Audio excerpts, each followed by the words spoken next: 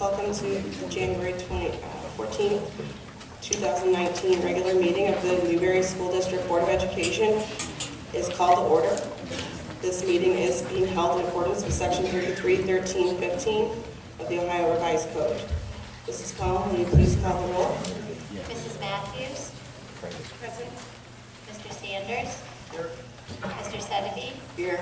Mr. Simpkins. Here. Mrs. Zopp. Here. I'd like to welcome everyone to our regular meeting of the Newbury School District Board of Education. Prior to this evening, each board member has received for their review and consideration the agenda and materials associated with each agenda item for the board's approval. The board can access the agenda through the district's website. The agenda is available through the district's website for public viewing the Friday prior to the board meeting. Board members have the opportunity to call the superintendent and treasurer for information concerning agenda items and to request if needed additional information. There are two places on the agenda when the board entertains comments from the community. The first hearing of the public is dedicated to those who wish to address the board on agenda items only. The second hearing of the public is dedicated to those who wish to address the board on any subject you wish to speak about, whether it be on the agenda or another issue. Please join me in standing for the Pledge of Allegiance.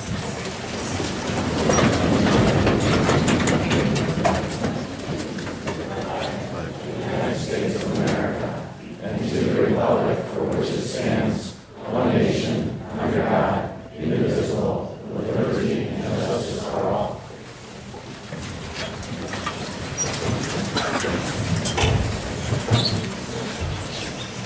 Are there any additional questions or corrections to tonight's agenda? If none, let's move to the approval of tonight's agenda. Is there a motion to approve tonight's agenda? So moved. Mrs. Matthews. Yes. Mr. Sanders. Mr. Sedeby. Yes. Mr. Simpkins. Yes. Mrs. Zopp. Yes. Motion is passed. Are there any corrections to the minutes? If none, is there a motion to approve the minutes from the meetings listed on tonight's agenda?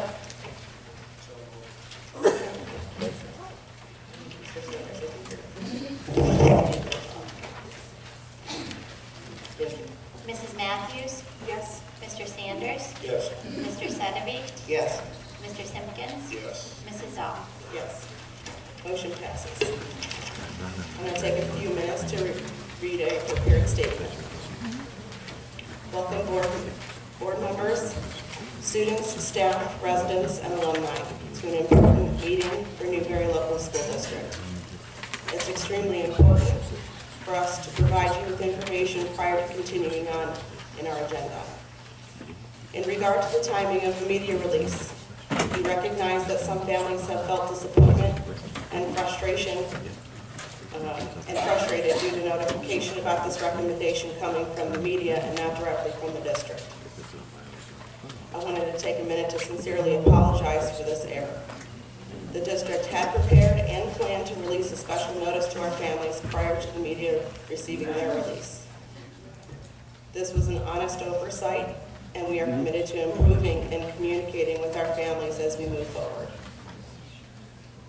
The media release that was sent out earlier last week was intended to give notice to all of you and all that have interest in this discussion.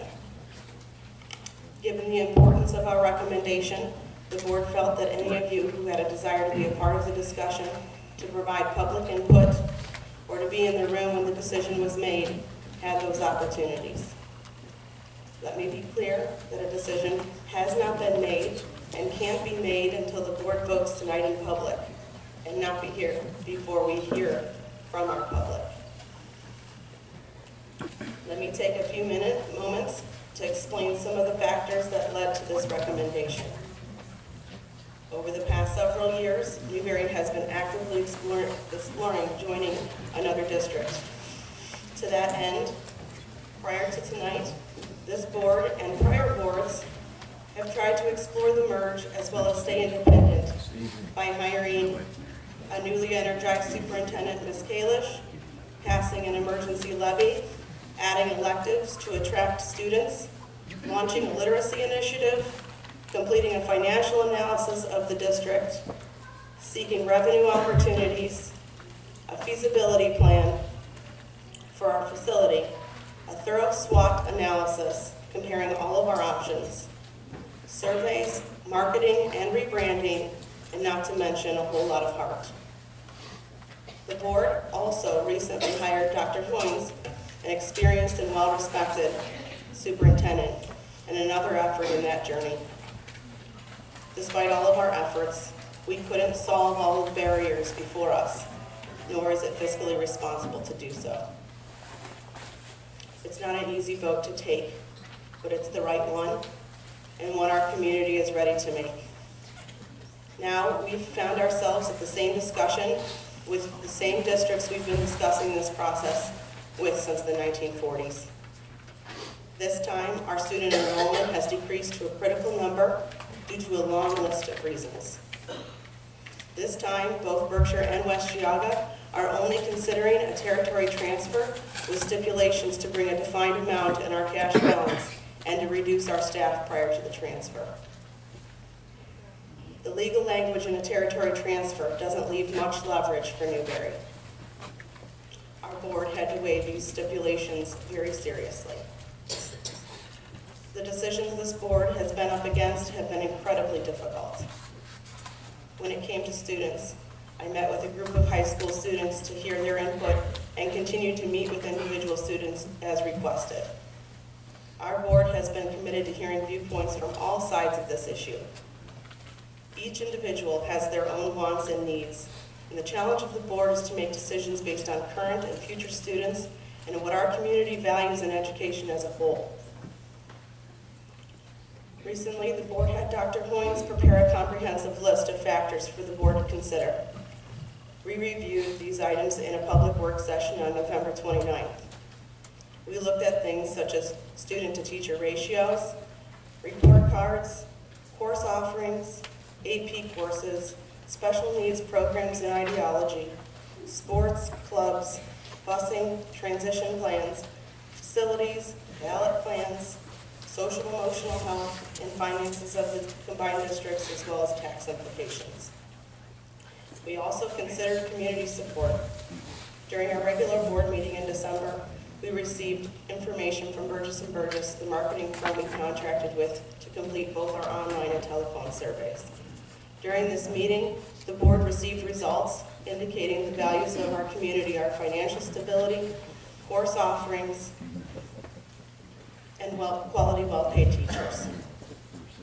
There has been some criticism of not asking specific questions to the respondents participating in the survey. The specific question of if they want to merge and if so, what direction they preferred. This survey was designed this way in an effort for the board to gain insight on the values of our community, so the board could take those into account in making its decision on the direction of our district. During the work session on November 29th, it was clear that the board as a whole had identified more strengths for West Geauga than any other option. As board president, my role is to help facilitate decision-making along with the superintendent in creating agendas for the board meetings. It was important to put forth this recommendation sooner than later for many reasons. Our students and families need to plan for next year and be afforded the opportunity to take advantage of open enrollment. And those open enrollment periods open this week. To afford staff more time to plan for their futures and careers, and allow Berkshire the ability to move forward with their prime project and build. In looking at Newbury staff and teachers, our board and administration has done and will continue to do what we can given these circumstances to support them. Dr. Hoynes has been meeting with the teachers and staff in group meetings and taken time to meet with them one-on-one and will continue to do that throughout next week. Berkshire had offered to take more teachers in this transfer, more than West Geauga. However, the cash balance required by Berkshire was higher, which would have meant for our last year open, we would have had to reduce more teachers and staff jobs, leaving more teachers looking for employment this upcoming school year. The board advocated for the merge to be effective 2020-2021 school year to give not just students, but staff a transition as well, giving them more time and opportunity to locate employment opportunities. We have and continue to support Dr. Hoynes in keeping the right number of teachers and staff for next school year to allow our children the proper education during this transition.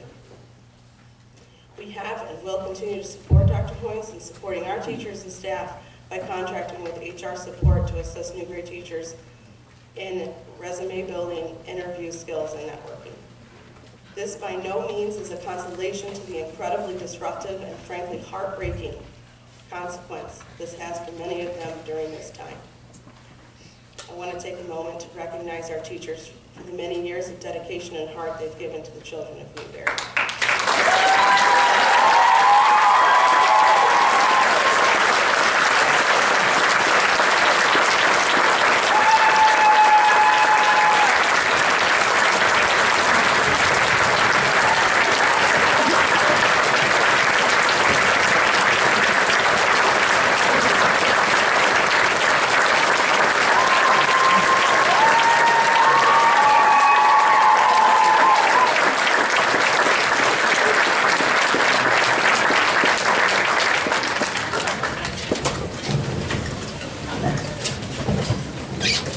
Thank you. They certainly deserve that.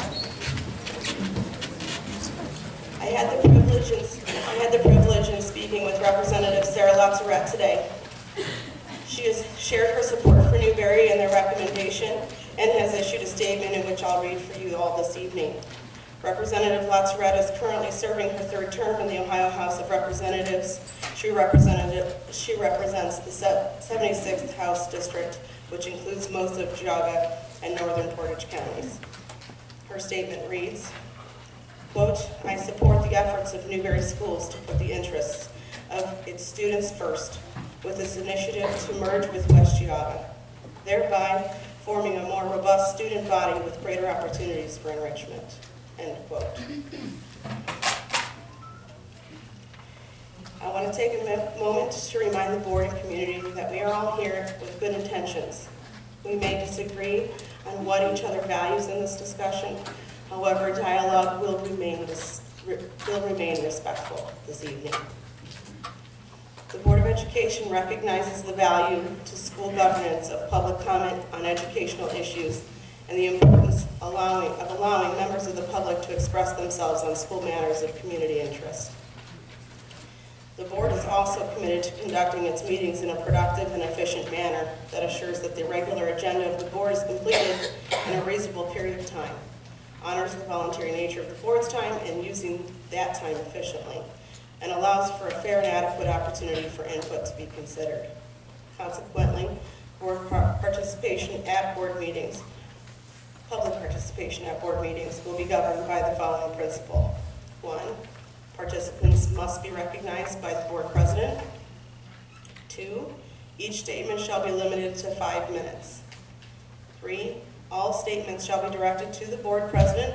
No person may address or question board members individually.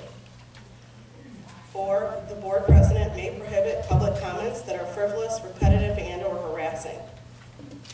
5, the board president may interrupt, warn, or terminate a participant's statement when the statement is too lengthy, abusive, off-topic, obscene, or irrelevant.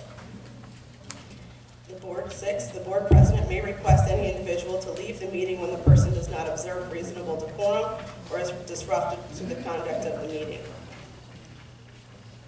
7, request the assistance of law enforcement officers in the removal of a disorderly person when the person's conduct interferes with the orderly progress of the meeting. 8, call for a recess for an adjournment to another time when the lack of public decorum so interferes with the orderly conduct of the meeting as to warrant such action. Public input on the agenda is meant for the board to hear from the public. The board will not be providing a response to these statements tonight. For those providing public input, please state your name and address prior to your statement. Moving on into our hearing of the public agenda items. Sure, yes. All right. Today, as you, most of you that know me know I don't prepare too much. But today I went to the OSBA website. And I'd like to apologize to the parents and the students. Because as a board, and I'll even take the blame too, we forgot the number 1 rule, which is to keep the students as the focus.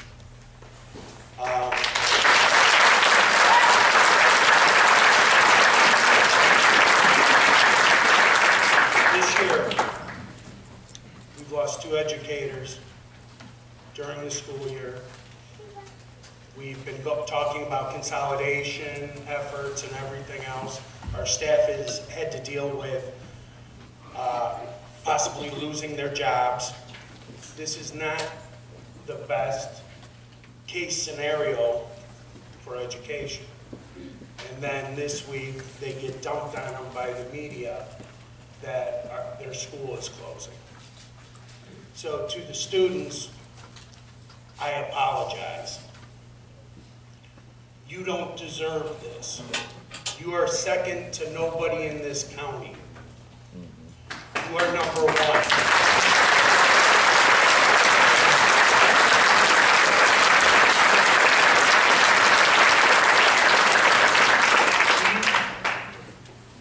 And if you notice on the previous agenda, I voted no for us to take any kind of money. I don't believe that as we're asking teachers to lose their jobs, as we're making budgetary cuts, that we should take any money as a board.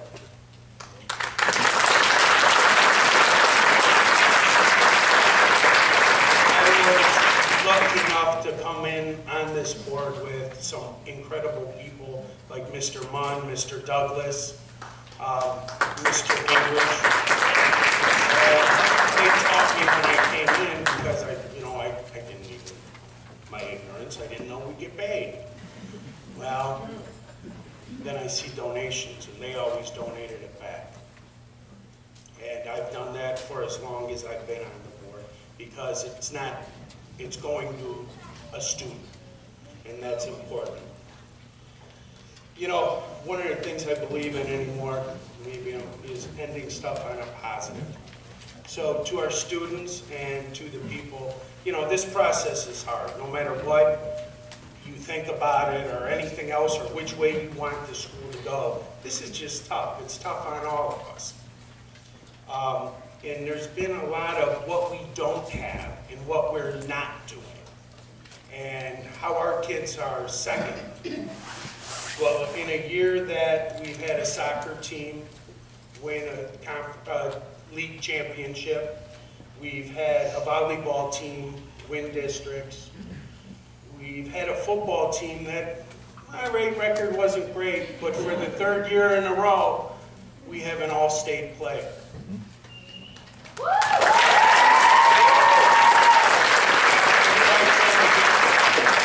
As the guy for sports, but on a whole nother thing, we have students that are singing with the Cleveland Orchestra youth group. We have a student that also sang at the governor's inauguration. We've had students recently as 2 to 3 years ago. We had an academic challenge team that went to nationals. This is something that unless you're at the school, you don't know about. And it seems to get glossed over. And it's not fair. Because our kids are just as good as any other kids.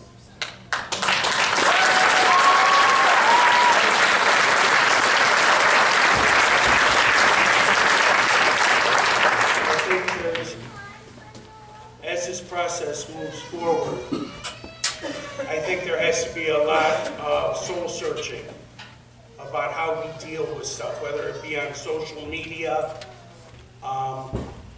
You know, I've said this and I've stood up in meetings before and said this isn't a civil war. And even though after this week and how the news release went, I seriously wanted to make it a civil war. It's not right. So before you type stuff in Facebook or Insta Snap or whatever it is, please think. There's somebody that feels just as, that their opinion is just as important as yours on the other end that's reading that. You know, there's people in here that I look out that I don't agree with. I don't agree with their methods. I don't agree with their means. But I'm still going to treat them respectfully.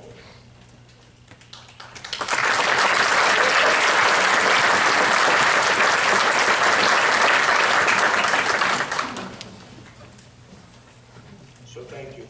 Thank you for your time.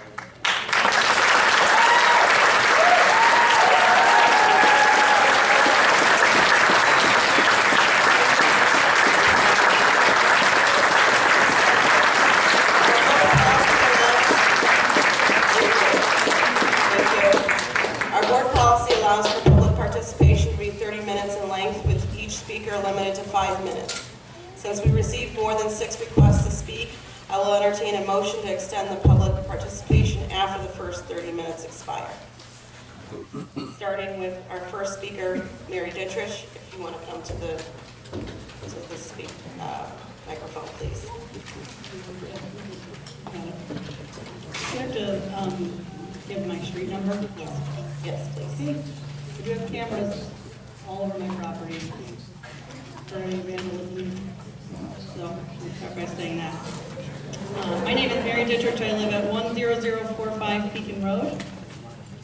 Let me start by saying thank you, members of the board, for allowing me to speak tonight. I know the environment is quite passionate. I like that. I feel like I learned that from being raised here. My grandparents met here at Newbury and graduated from here, as did my parents, as did my husband and I. We even made the choice to move back and raise our 4 boys here. I have nothing but love for this school and this town, as orange and black runs deep in my family history. I had the privilege of playing basketball, volleyball, and running track with the people I literally knew my entire life. Unfortunately, my senior year in 2004, we failed yet another levy and many cuts were made. I had 4 study halls, there was no marching band or nights, and we could barely field a football team.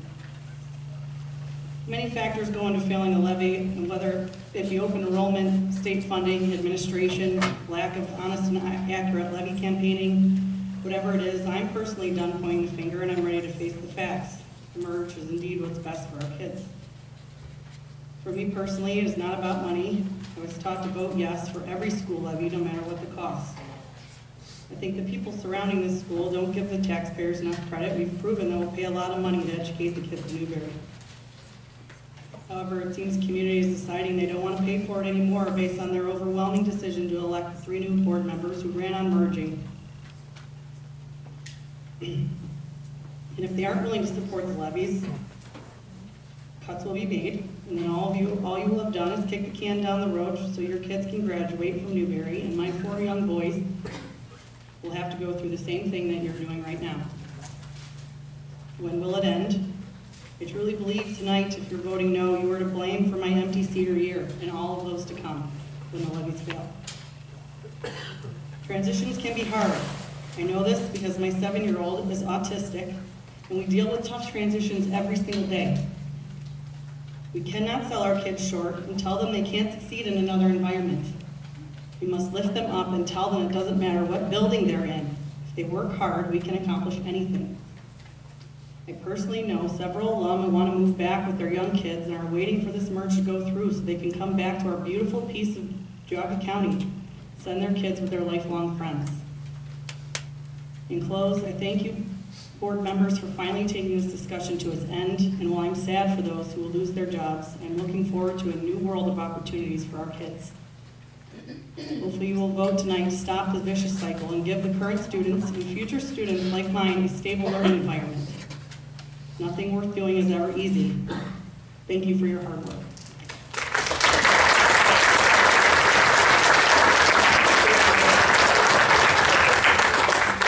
Christopher Yeager. Thank you, Maggie. There are risks. Oh, I'm sorry, I have to announce what that's right. I live at 15121 Sperry Road, Novelty, Ohio. There are risks and cost to action, but they are far less than the long-range risks of comfortable inaction.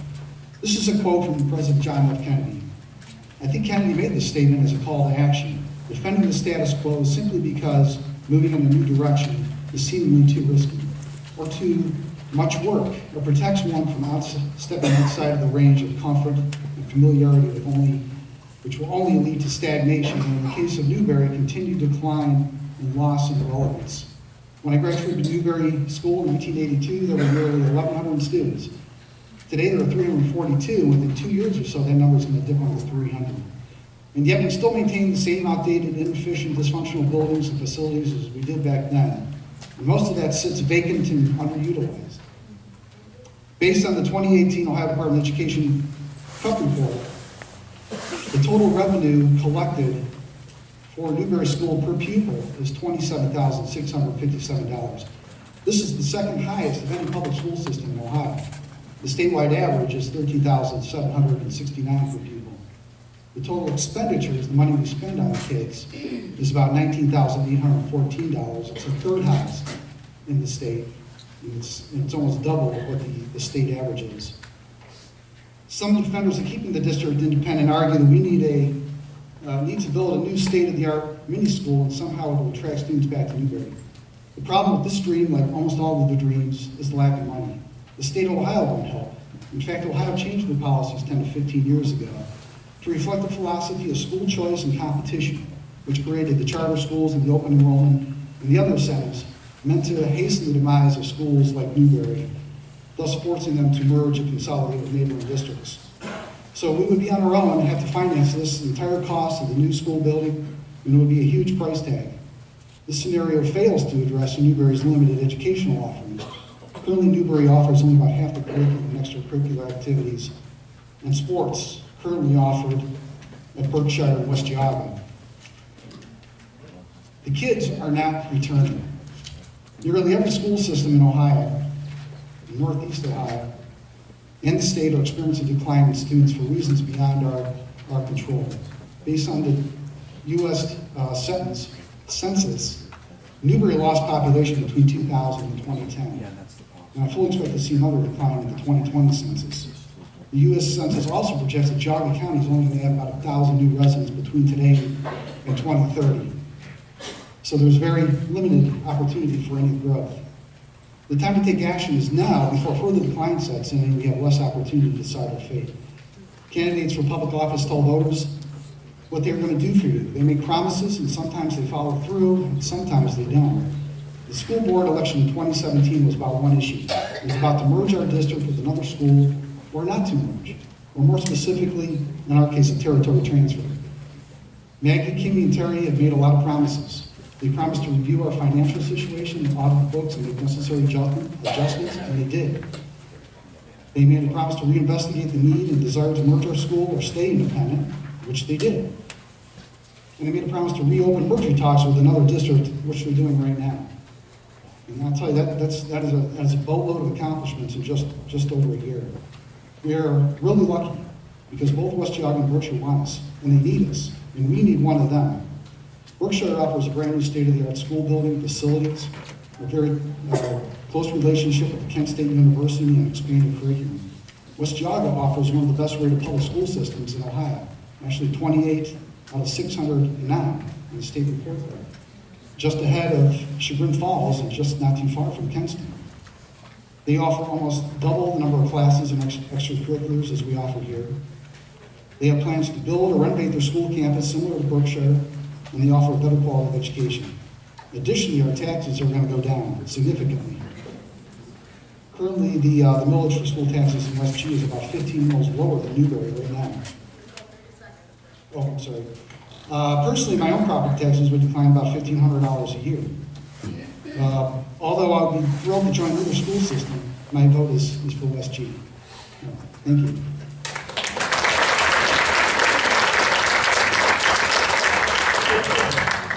Mary Yeager.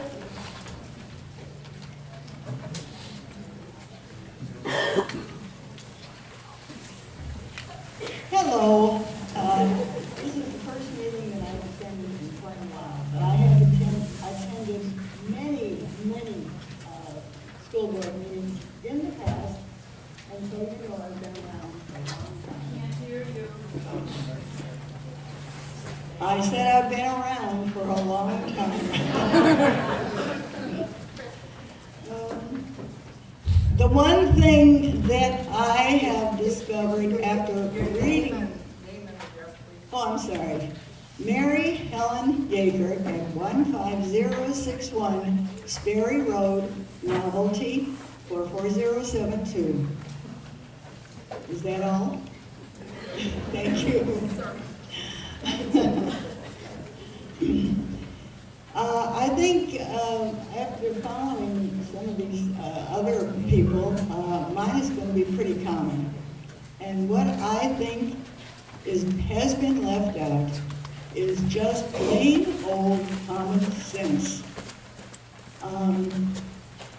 It just seems to me, and yes, I have notes, we all, every one of you who are sitting in this room, agree, I have a feeling, that we have had a wonderful school system. And I've been around, as I said before, for a long time. But common sense tells me now that it's no longer going to fit the bill. We all agree, as I said, that we have had a wonderful school system. But the telling word here is was. Common sense tells me we are no longer going to have a very good school system and a very good, just a happy time frame, because that's the way it's been, but no longer. It's my understanding, and I hope I'm right, that the state of Ohio kind of agrees with those of us who are wondering where the common sense is. The state of Ohio is, to my understanding again, is not going to continue to fund us the way we will need to be funded. And so therefore, we probably will be expected, and let me go with my notes, please. We probably will be expected to carry more of the financial burden. And I'm sure we will, because it's got to come from somewhere. And here's where the common sense comes in. We just really can't do that. We can't do that. Our community will not be able to do that.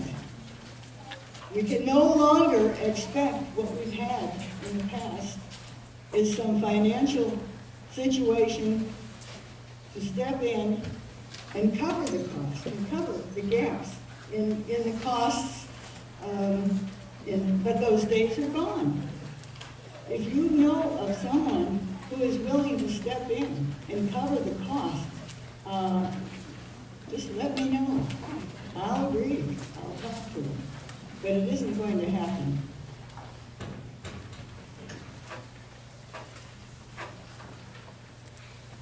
We must live, I think the rule of living within your means makes a lot of sense.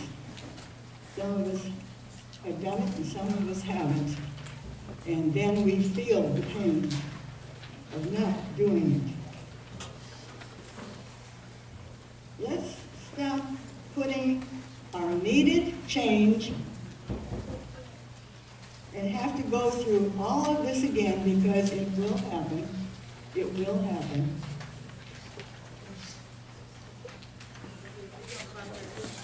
Pardon? About 30 seconds. All right. As I said again, we all agree that we have had a wonderful, and I've been around again for a long time and enjoyed it.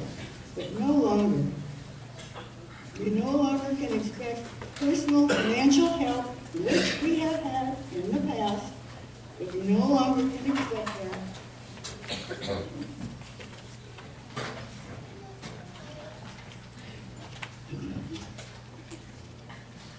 We no longer can expect to have financial situation or personal financial help. When it was needed, it did fill the gaps, but no longer. Those days are gone. Thank you, Mrs. Yeager. Your time has expired. Thank you.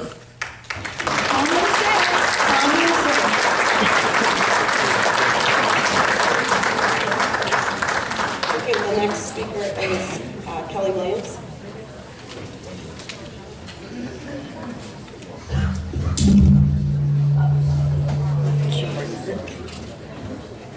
Can you hear me? I don't know. Thank you.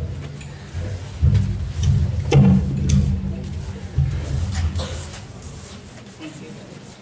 Hello, my name is Kelly Williams. I live at 15834 Arbor Trail in Newbury. I first would like to thank the board. Thank you for doing what is so often a thankless job. Thank you for the countless hours of meetings, phone calls, and emails to work through the solutions to our current problematic situation. Thank you for remaining steadfast and committed to finding that solution amid prank phone calls, the vandalization of your personal property, the attempts at getting you fired from your place of employment, and the personal attacks on your character. I graduated from Newbury High School in 1995, as did my husband in 1994, my 3 siblings, 10 of my cousins, my parents, all of their siblings, and my grandparents. I grew up walking down the halls of NHS and proudly looking up on the walls to see the faces of generations of my family members and their respective class photographs. My mother's ancestral family has owned land in Newbury for nearly 200 years. Newbury is home for my family and has been for a very long time. We love this town, its community, and feel the same pride that comes from being a Black Knight, so I understand the sentimentality that accompanies such a weighty decision. My heart grieves with my fellow Black Knight board members who are forced today to sit up there and make this very emotionally difficult but necessary decision. At Newbury, I played volleyball, basketball, ran track, and was a knightette. In the early 90s, my fellow classmates walked out of school one day in protest of a failed levy that meant a cut in those sports I played, among other things.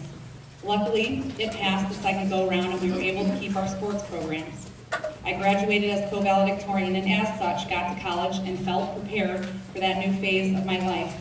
It was not until my husband and I, with our oldest son, moved to South Carolina that I realized what else was available to students at larger, thriving school districts. Things like honors and AP classes, robotics teams, debate teams, swimming,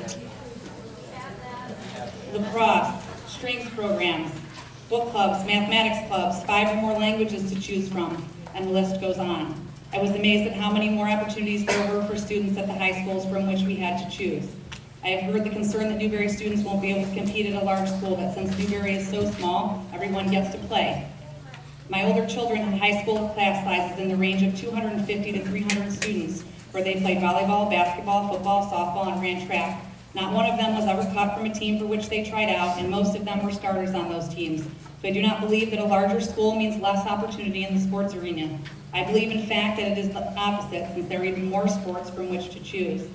But in addition to that, they had 7 years of violin instruction between middle school and high school. They were officers of organizations including Junior Classical League, Beta Club, and National Honor Society. When we decided to move home, I could not fathom taking my kids back to a school that had so much less to offer. So there we stood, like so many others, wanting to live near our families and in our own hometown, but unable to do so. Thankfully, we found a solution. I currently have a daughter who is a sophomore and a son who is a junior at West Geauga High School. I can without hesitation say it is a fantastic school. Dr. Marquardt, the counselors, and the teachers with whom we have come in contact have been nothing but supportive and attentive to the needs of my children. My high schoolers were born and raised in South Carolina, currently live in Newbury, and yet were welcomed with open arms to a high school where they knew only each other. The staff and administration at West G made the transition as smooth as possible. I have every confidence that they will do the same for every Newbury student, and in doing so, Newbury students will be afforded all those opportunities at West G they currently do not have at Newbury. I believe that Newbury students will flourish in that environment if given the chance.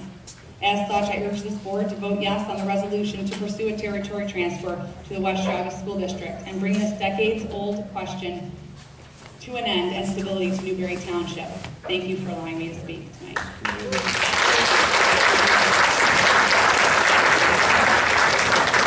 Our next speaker is Rose Breckenridge.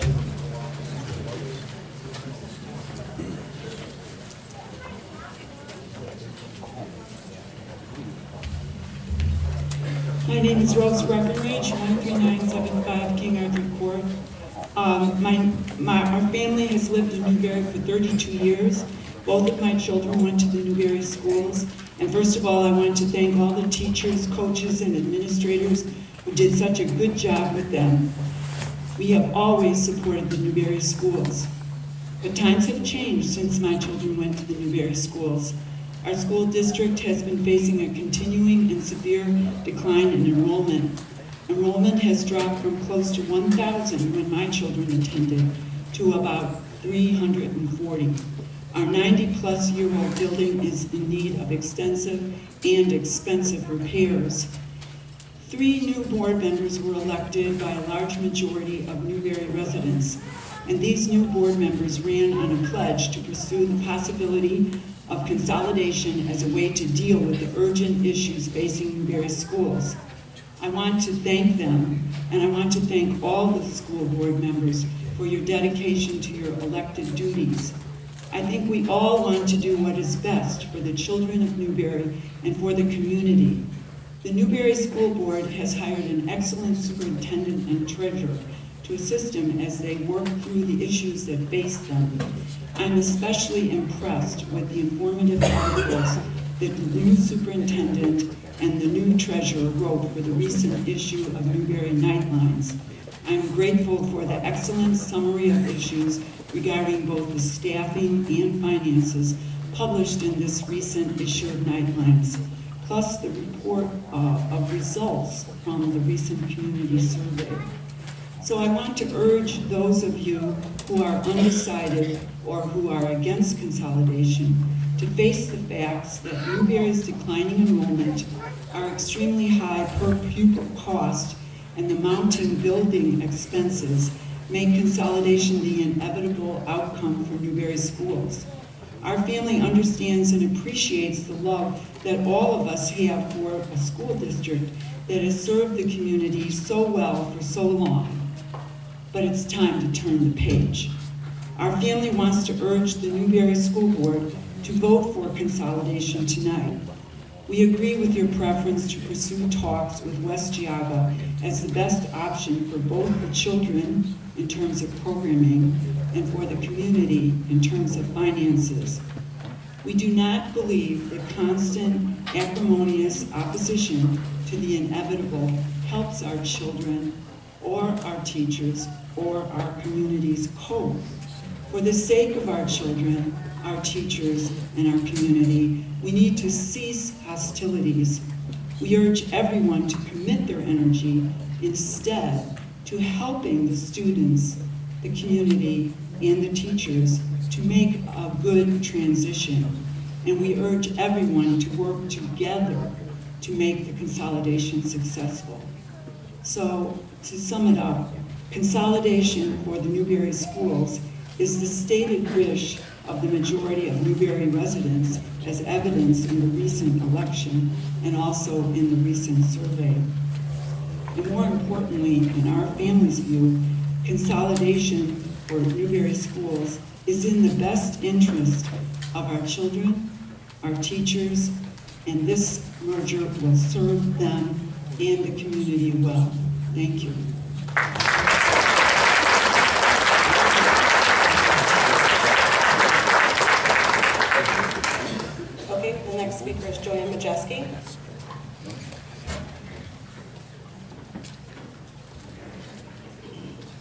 Hi, my name is Joanne Majeski, 14085 Sperry Road, Newbury.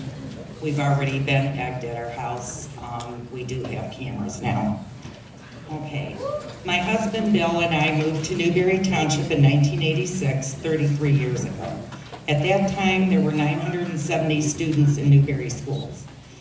Our daughter Christina was born in 1990, and our son Matthew followed in 1993. They both attended Newbury schools and graduated from here. From the very start of my daughter entering kindergarten in 1995 until my son graduated in 2012, I was quite involved at the school as a volunteer, whether it was being a baker at the holiday parties, donation chairman for the infamous Christmas holiday luncheon in December, a reading helper with the elementary students, music boosters, concession stand at football games, fundraising bake sales, and on and on and on. Yet my biggest involvements were always trying to pass school levies. In 2000, as chairperson of a new 1 mil permanent improvement levy, our committee worked diligently on behalf of our children who were being educated in our aging buildings. Luckily, this levy passed. Then in 2003, 16 years ago, there were 2 failed attempts at passing a 7.9 mil operational levy for Newbury schools. This was already talked to by the other 2 ladies, Mary and Kelly. On November 24th, 2003, an article appeared in the News Herald written by Kate Moore, of which I will read you an excerpt of. Headlines read, "Officials in Newbury fearing consolidation." And the first 3 paragraphs of this article read, "This tiny 770 student Newbury Township School District is reluctantly coming to terms with the fact that it might have to consider a consolidation of its school system if the levy it plans to place on the March primary ballot does not pass. The only unconsolidated district in Geauga County, Newbury is facing an array of money issues stemming from the failure of 2 levy attempts, which caused it to cut staff and programs.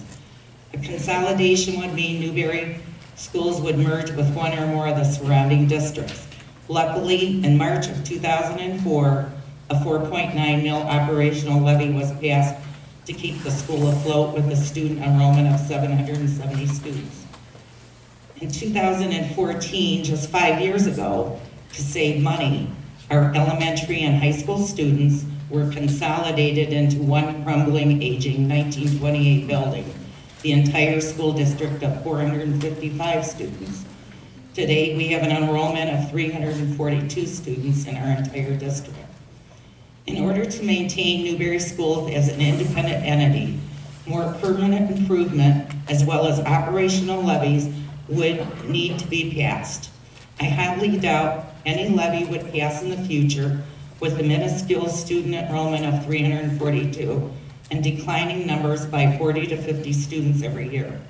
Sadly and logically, I feel we have no other choice but to merge with another district, east or west, before it may come down to state control. I want to thank Newbury School Board members who have diligently studied the entire district's picture and its future direction. It's time.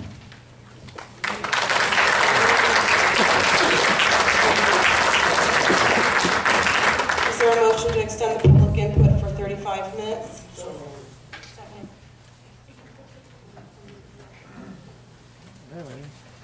Mrs. Matthews? Yes. Mr. Sanders? Mr. Sedeby? Yes. Mr. Simpkins? Mrs. Zoll? Yes. Okay, the following people are added to the hearing of the public. The next speaker is Kristen Vandermans.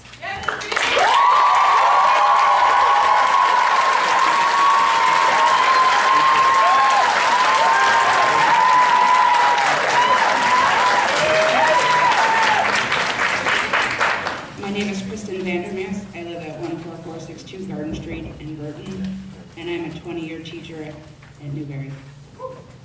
As vice president of our union, I feel it's my responsibility to stand up and speak on behalf of our staff. Many rumors have been going around about the state of our jobs. We've heard that only 10 staff members may have jobs at West Geauga after next year. That's only 13% of our staff. 87% will be desperately trying to find a new job. Unfortunately, in the world of education, the more experience in education a person has, the harder it is to find a job. I recently asked someone in the Berkshire School District if they could tell me how many jobs would have been saved if we had gone with them. They couldn't tell me. I said, could you at least tell me the same as 10, less, more? Their response was, considerably more. In November, 3 of our union members went to Berkshire's board meeting. Their community, school board, and teachers who were in attendance seemed very excited that Newbury soon could be a part of their school. They are extremely cordial and welcoming. That same night, 2 union members went to West Geauga's board meeting, only to be met by a snide remark from their school board president about how they may need to install boot scrapers before we get there to scrape the horse manure off our boots. Last week, when we found out our fate of our school, employees started to share their stories. I have just a few. Brianna Peck, she's pregnant. Her husband is self-employed. She carries their health insurance. Kate Pike has 3 small children at home. The 2 of them are already riffed for next year. Stephanie May has 4 children and carries her family's health insurance. Sarah Gabriel, 3 small children at home. A few years ago, her family bought their dream home, and if she doesn't have this job, they will not be able to afford their mortgage. Not only does Cindy Tomasetti carry her family's health insurance, but she also has 3 kids in college. Sue Sipos only has 4 years to go to retire. She will not have a job or health insurance after next year. Angel Miller only has 2 years to retire, and she has 1 child left to get through college. Megan Salamone has extremely high student loans. As long as she's working as a teacher, the payment becomes income-based. Without this job, her payment is $699 a month. Her husband's self-employed, she has an infant at home, and she carries her health insurance. Drea Kerman, a very young teacher, decided it was a good idea to buy a house. She has a lot of student loans. Without this job, she can't pay either one. Kathleen Harrison still has 3 kids to get through college. She's helping raise a grandchild, and she carries her family's health insurance. After teaching in Newbury for only a year, she chose to open and enroll her 4 kids in Newbury because she thought the education was exceptional. The youngest child will not graduate from Newbury. Michelle Benson not only has 3 small children at home, she was diagnosed with breast cancer this fall. She had a double mastectomy in December. She will be starting chemotherapy and radiation in February. She recently had a bone marrow biopsy, as well as her spine biopsy. She carries her family's health insurance. When I asked her if I could share her story today, her reply was, "Of course you can. This is such a scary time for all of us. I love teaching.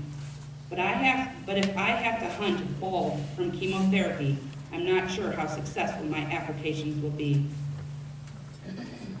I don't understand why people think Newbury students will have so many more opportunities at West Geauga, when in fact, at West Geauga, many of our students, for the first time in their lives, will experience what it's like to be cut from activities.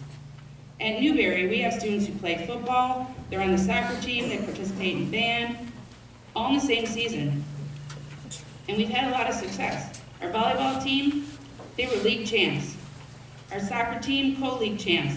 Our wrestling team became district champs last weekend. We can only hope, as a union, that the board will work to have the teachers transition to West Geauga with our students.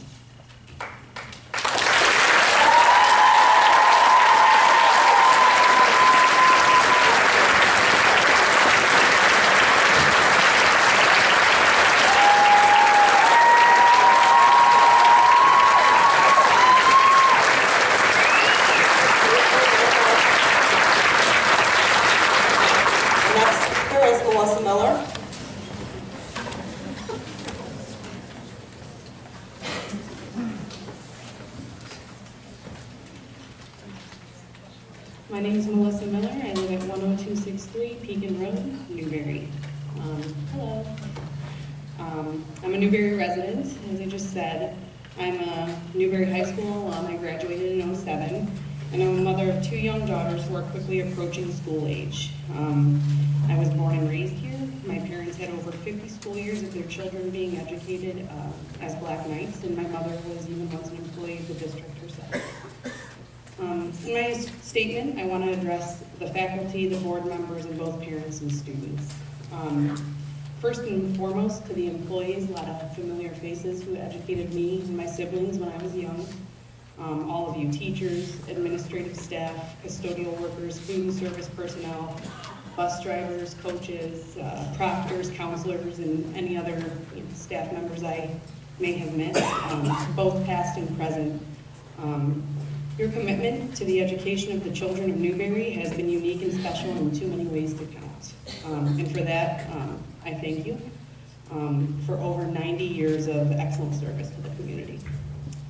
To the board member-elects, thank you for fulfilling your promises to your constituents and promising to explore all options in order to achieve a sustainable educational future.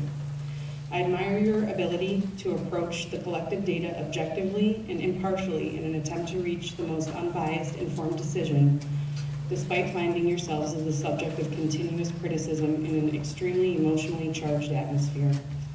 Your diligence and grace was ever so evident as you remained steadfast and poised when faced with adversity, albeit downright excessive, trivial, and personal much of the time. This past year has shown us that your investment in the academic success of the students within our community is seemingly boundless.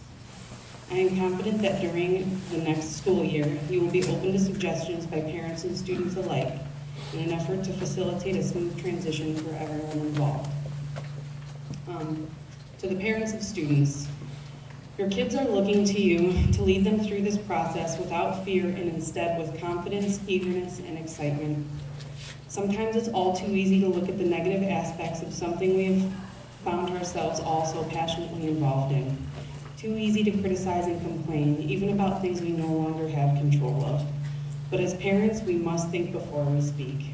We must make a conscious effort to abandon our own negative emotions and opinions regarding the future of the school and find a way to remain positive and encouraging. It is our duty as parents to constantly remind our kids that they are strong and able so that they see this process not as a challenge but as an opportunity. And lastly, to the most important stakeholders in this process, the students. Know this, the executive decisions that have been made this past year and the decisions that will be made tonight and the decisions to be made with this coming year have always been motivated by one thing only, optimizing your academic or vocational success to the highest of capabilities. I'm appealing to you to disregard rumor and assumption by reminding you that 4 board members that sit up there tonight earned a Newbury High School diploma handed to them on that very stage. Some of you students have found yourselves residents of Newbury for 13 years, like the majority of our boards did themselves, like I did as well. Some of you have been residents of Newbury for even longer than that. There's a leader sitting up on that stage whose family has been established here since the Civil War. That's over 150 years. Your hearts are not the only heavy ones here tonight. Theirs are too. Not only for themselves, but for you and for some of them, up on that stage, their own children who are transitioning to a new environment with new faces alongside of you as your peers. Your elected board members and their families share with all of you decades of memories that were made here, in this school, in this community. Memories of friendships gained, maybe even a few lost, for better or for worse. Memories of football, basketball, volleyball games, of a lot of victorious ones, and maybe a few defeats. Memories of performances, of your best, where you never missed a single beat in marching band, or maybe of a drama performance where you just couldn't remember your lines, but you managed to impromptu your way out of it. So many memories within these walls. And if they could talk, I'm positive of what they would say to all of you, that there's so many more memories to be made.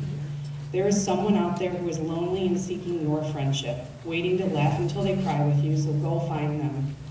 There's a Johnny football waiting out there to be sacked by one of you. So wake up feeling dangerous and show them how it's done. There's a curtain waiting to open just for you, so give them your best performance yet. There is no final bow. This is not the end. No matter where you end up, amongst Badgers or Wolverines, you will forever be a Black Knight, and I give you good luck.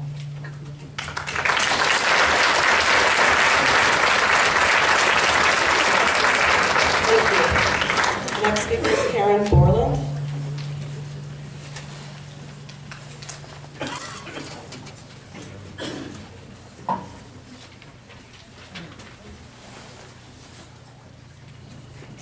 Good evening, board and community members. My husband and I have been 40-year residents. What's that? I was just going to say that one. My husband and I have been 40-year residents at 11750 Bell Road, and our child attended Newbury schools in the 1980s and 90s and received a fine education here. Our main concerns are about the communication and information to and from the community on this issue, to merge or not. Regarding the outgoing information that we have gotten, and we have paid close attention ourselves, but it seems like there is still information that residents maybe have not been fully informed on the actual cost and benefits of either keeping the schools in the merger. I know initially the board said that they were also considering ways to keep the school open, and also the pros and cons of merging, but it seems like everything is really just focused on the merger. We've not really seen any hard financial data. We've seen statements in the news media and the newsletters that our taxes will be lower, that the course offerings may be more, and that may very well be true, but I'm just saying that we feel like we need more information. Cardinal Schools was considering a consolidation, and they stated that they would send financial and other data to all their residents. And I'm asking, why can't we do that too? Why can't we see the same thing that you're looking at, that you're making a decision on? And secondly, on the information coming from the public to you, I'm concerned that public opinion on this may be incomplete. I know there's a lot of opinions in all different ways. Both surveys that you had, I felt were not as scientific or representative as they could have been. The first one, the online one, anyone can answer multiple times. The second didn't necessarily have a good cross-section because it was heavily skewed, was senior vote, which was much more than the percentage of the population. But in any event, you never had any levies put on for the continuing renewals to gauge whether there's any support from the community to actually see what we could do to keep the schools open.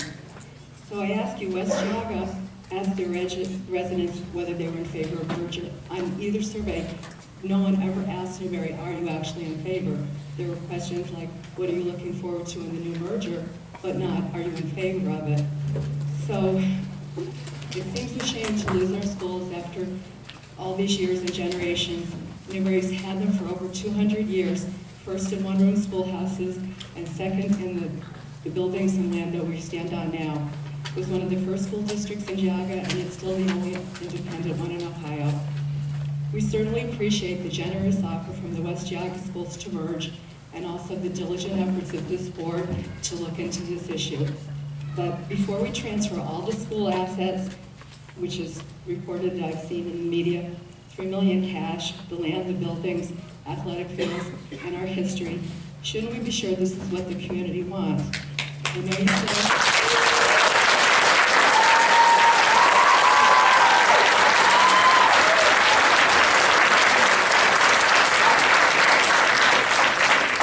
I know you believe you have a mandate, and perhaps you do, but I'm asking, should we at least send more comprehensive data to the public and give them a vote before we do something that we can never undo? Thank you.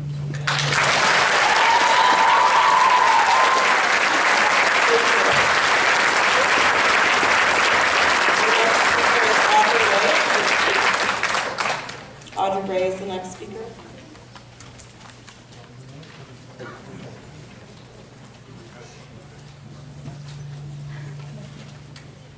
My name is Audrey Gray. I live at 12010 Snow Road. When discussions about a merger started, I was undecided. Since it immediately affected my family, I tried to follow the discussions closely. During that time, I saw a huge improvement in the schools and landed on the side of keeping it open. However, I understand many of the issues that have led others to a different conclusion, and I respect others and their opinions. My hope and prayer was for unity in the township. When you were campaigning and then took office, I respectfully sat down to talk with you. I encouraged you to come to the school events, get to know the kids and the school community so that you'd be in a position to help the kids you were elected to serve. I offered the perspective of a parent on the other side. I don't think I was always nice, but I think I was respectful in saying what I thought you needed to hear. Mrs. Zock and Superintendent Hoynes, You did not afford our community that same respect. Tuesday's press release was wrong for a variety of reasons. It was not approved by the entire board before going out. It read like a decision rather than an upcoming vote, and most of all, it came with no warning to those you knew it would hurt. Our students deserve better. While you see this as an improvement to the community, the students and the teachers in this school are seeing their community torn down. Our students deserve better. It's not just the small school that they love, it is this small school. Newbury graduates of long ago and more recent ones often cite the family they remember from high school. A community where individuals are supported, encouraged to cross economic and cultural boundaries, challenged to try new things, forced to get to know others who are different, welcomed as team members and given confidence. Confidence to reach for the stars, to learn from mistakes, and to never give up. These are things that are necessary for kids to succeed. This is absolutely a part of their education. These are the strengths of the Newbury schools that are not measured but are very apparent to those who know the school. These are important to the parents who send their kids to Newbury schools and to the students who choose to be here. These are the things that build community. This is their community you're taking away. To do that to them in such a public forum with no advanced warning is absolutely inexcusable. Our kids deserve better. Our teachers deserve better. In your campaign, you criticized the previous board for not providing to our community all information necessary to make a final decision, yet you have not done your due diligence. You promised to get all of the information necessary to make a decision and then let the community decide. You finished some studies but did not make them readily available to the public. I still have many questions. What would it take for Newbury to stay independent and continue to improve our school? All you offered was what we're doing now. Newbury is going to change. We know that. Can we make changes to the township that would better support the schools? I didn't see those studies. Also, you promised our community will be fine without the school, but I have seen no studies regarding effect on businesses in Newbury. It's the elusive crystal ball. Yet an expansive phone survey has already been completed, an expensive phone survey, and you're making a decision based on your opinions and the answers from a small percentage of people in a deeply divided community that has little more information than we had a year ago. This is not a decision that can be adjusted if the township finds it's not working out as expected. It's permanent. Allow ample time for the entire community to see the information, get their questions answered, then let the community as a whole take the responsibility together. Put it to a vote.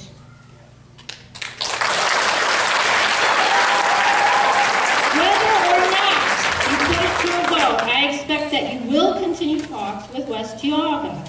There was mention of a transition strategy. I don't really understand what that means, but I know our current students and teachers will be affected the most by a change. In light of your reprehensible mishandling of the press release, I ask that you take a step back and see that you have not represented the interests of our current students and teachers. Not only that, it seems clear that you do not even have an understanding of what their needs are. I ask that your talks with West Geauga School District involve someone who knows the students. It will not be you entering the new school with all the trepidation and uncertainty that comes with starting over. You never would have made an announcement the way you did if you understood that. Please do the right thing. Our kids deserve better.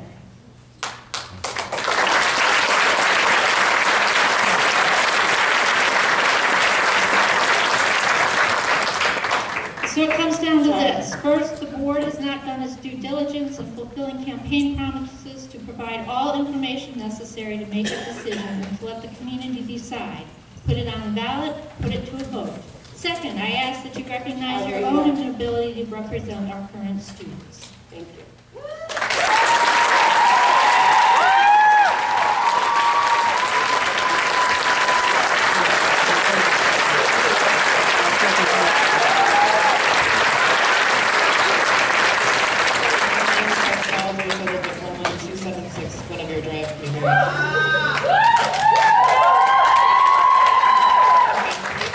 Everyone, please remain quiet. We need to maintain some order.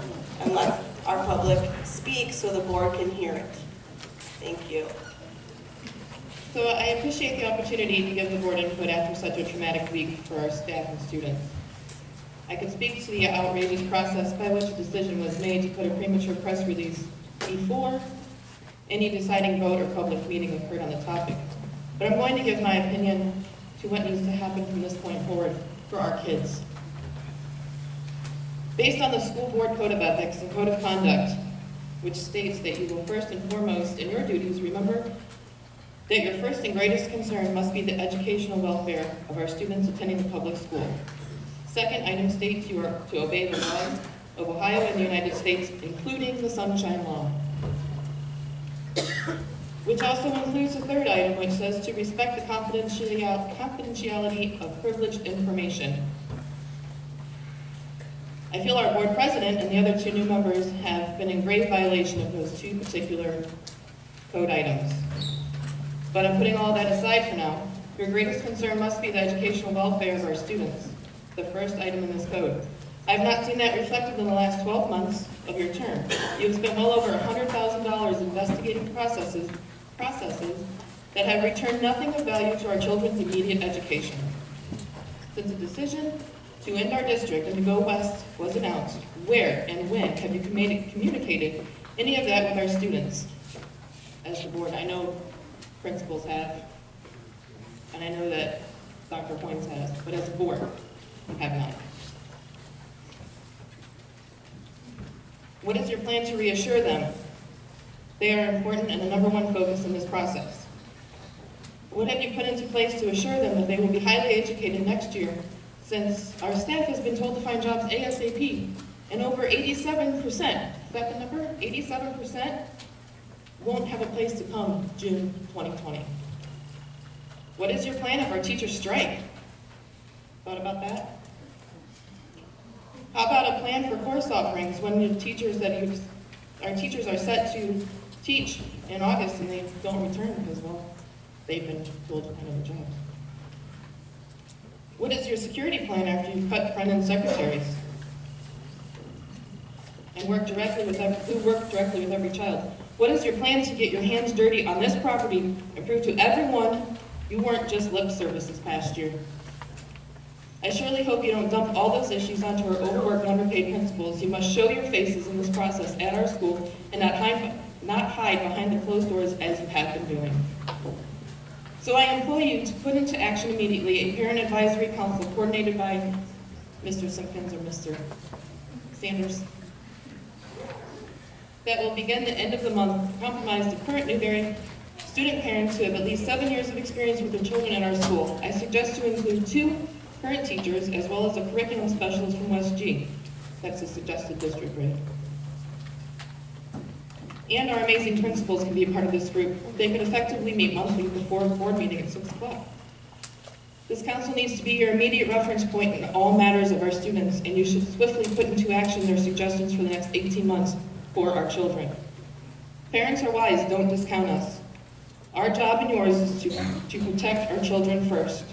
This council can ensure proper voices being heard and give our students immediate comfort knowing parents are active in the process of getting information firsthand versus Fox 8 News, with all due respect. In closing, the board behind the curtain has worked overtime to get you here to this point. So it's time, again, to wake up and see our children and staff as your top priority. And remember, it's our taxpayer money you are trying to save in the next 18 months and then give it away. We want it spent here to the very end. Every teacher in classrooms, bus drivers, custodians, staff members working for our children at Newbury next year deserve a 5% raise and a new contract from July 1st to ensure our students are in good hands for their final months. We have the money. Spend it. Thank you.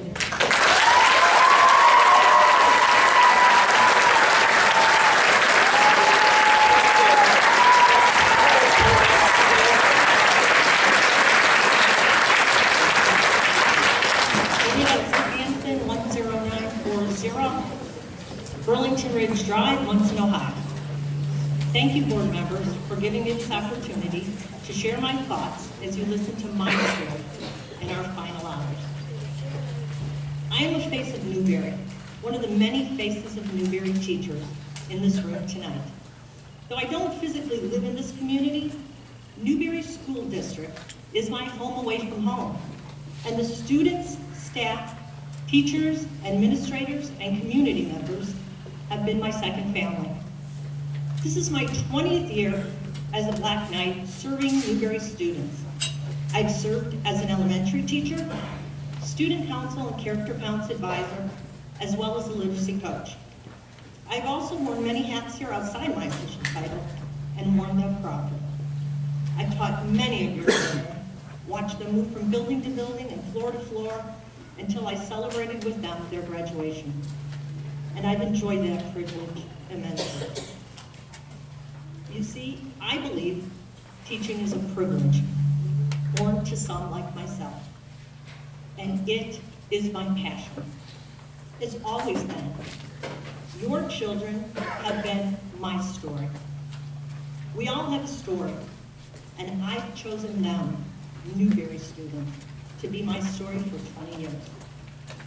I know I have become a part of their stories too, hopefully a memorable part that reveals that I have valued them and always believed in them, that I've touched their hearts as they've touched mine. I believe that that is how good stories become great stories, stories of the heart, and why they are reread, then retold, and remembered. Each of these stories deserves to live on. And so that brings me to your voice and your roles in our story. Board decisions have made our district's sustainability impossible, as the community was never given a voice to sustain this district, nor direction or support to recreate it. And sadly, at a time when I believed our stories were just getting better, we were making positive shifts to move our district forward in various aspects of our curriculum. Innovative shifts that made other districts envious of what we had, with the Literacy Collaborative from Ohio State improving our comprehensive literacy framework, to positive behavior intervention supports, and a sensory room supporting our students' needs and earning us a gold medal in Ohio, just to name a few. The recent press release makes clear that our small but mighty school will most likely be transferred into the West Geauga School District after both districts pass resolutions, bringing our stories, the faces of Newbury's stories, to an end as the Newbury Local School District. And I believe an ending with an unexpected twist added for the teachers, administrators, and all staff too. As members of the Board of Education, you were given the privilege by the Newbury voters to make that choice for us, a choice 3 of you believe is best for all of our stories. With that being said, I speak to the 3 of you. For now comes the responsibility of seeing it through as the plot thickens. I ask you to look around the room and see the faces of Newbury, students, and those who have served as students and been a part of the student stories for years. Please have integrity as you make numerous decisions in the week that will follow this vote for the territory transfer. Your stories. Rethink what really needs to be done to make our students' transition the healthiest, as both districts have stated that they are dedicated to making this process as smooth as possible.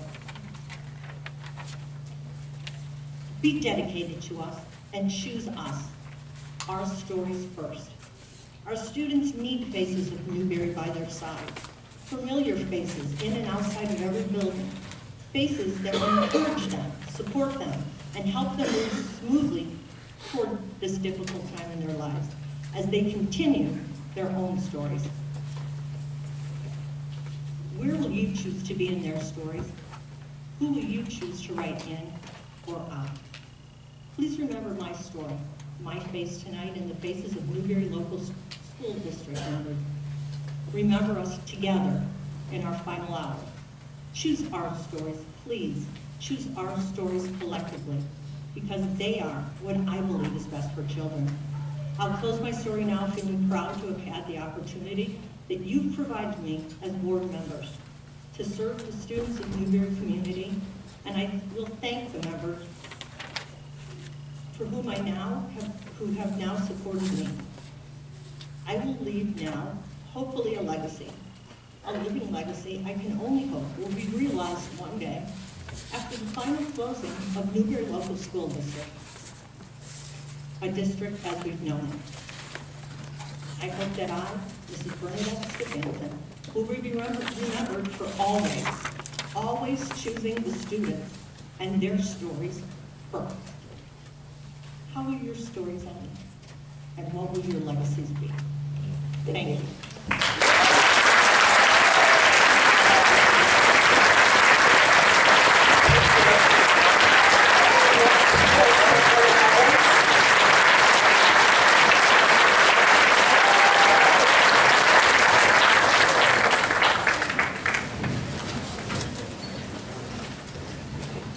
My name is Christina Evans, and I live at 11185 Music Street in Newbury. I'm a member of the Newbury community, and I've lived here for the last 25 years, since my husband and I moved back to the community where he grew up, and we've raised our 5 children in Newbury. I love Newbury. It's a wonderful place. I'm constantly describing to the people that I know out in my working world how unique and special it is. And the schools are certainly part of that. We sent our children to Newbury schools early on, but ultimately, as levies failed and the lack of opportunities that we felt our children needed became clear, we had to make a difficult decision, and they ultimately graduated from Notre Dame Cathedral Latin, where we felt they got better educational and athletic opportunities. I don't disagree with the fact that many people in Newbury do well, and we have wonderful alumni and graduates. But I do disagree with the fact that in the current situation, with only 342 students enrolled, that we can provide the opportunities that the broad range of students need. I do not think it's sustainable, economically or practically. The fact that people are concerned that if their children go to a larger district, they won't be able to participate in the same way, I think is unrealistic, and I think it's doing your children a disservice. They have to go out into the world where they have to compete with a broad variety of people, and so they have to learn disappointments and difficulties, and this is a way to start doing that. Not that I think they won't be able to compete, but it's a practical way of looking at things. As a member of the community, I think it's just irresponsible to continue going down the same path without looking what our opportunities are for improvement. I think this board has done that. I think they've investigated whether we can continue as an independent district. They have done the studies, they have done the work. They have gone to the other districts and investigated and determined what might be other options for Newbury. And now they're determining that going west is the better option. I'm supportive of that. I know how hard they've worked. I know that this is a terribly difficult decision for our community, for our families, for our students. I understand that. But sometimes we have to make hard decisions, and I think this is one of those times. And I just wanted to voice my support for undertaking the merger with West York. Thank you.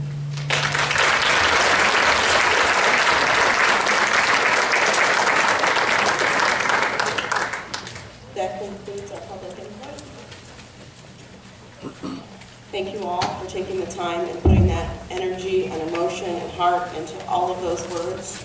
The board needs to hear those. Thank you. Next on the agenda is the superintendent's report. Madam President, members of the board, I'd like to recommend approval of the donations listed in the consent agenda agenda A1. Is there a motion? Second. Any discussion? Mrs. Matthews? Yes. Mr. Sanders? Yes. Mr. Sedeby? Yes. Mr. Simpkins? Yes. Mrs. Zoll? Yes. Thank you. Next, I'd like to recommend approval for Mitchell Ferry to graduate tonight, January 14th. He has completed all the necessary requirements for graduation. So moved. Second. Mrs. Matthews? Yes. Mr. Sanders? Yes. Mr. Sedeby? Yes. Mr. Simpkins? Yes. Mrs. Zoll? Yes. Thank you. I think I'll switch D and C on the agenda. I'd like to recommend approval of personnel items C1 through C6 listed under section D, one personnel section. So moved. Second. Mrs. Matthews? Yes. Mr. Sanders? Yes. Mr. Sedeby? Yes. Mr. Simpkins? Yes. Mrs. Zoll? Yes. I just, before we go on to section C, I'd like to congratulate Mrs. Vartola. She is retiring, and I just want to thank her for her years of service and dedication to Newbury students.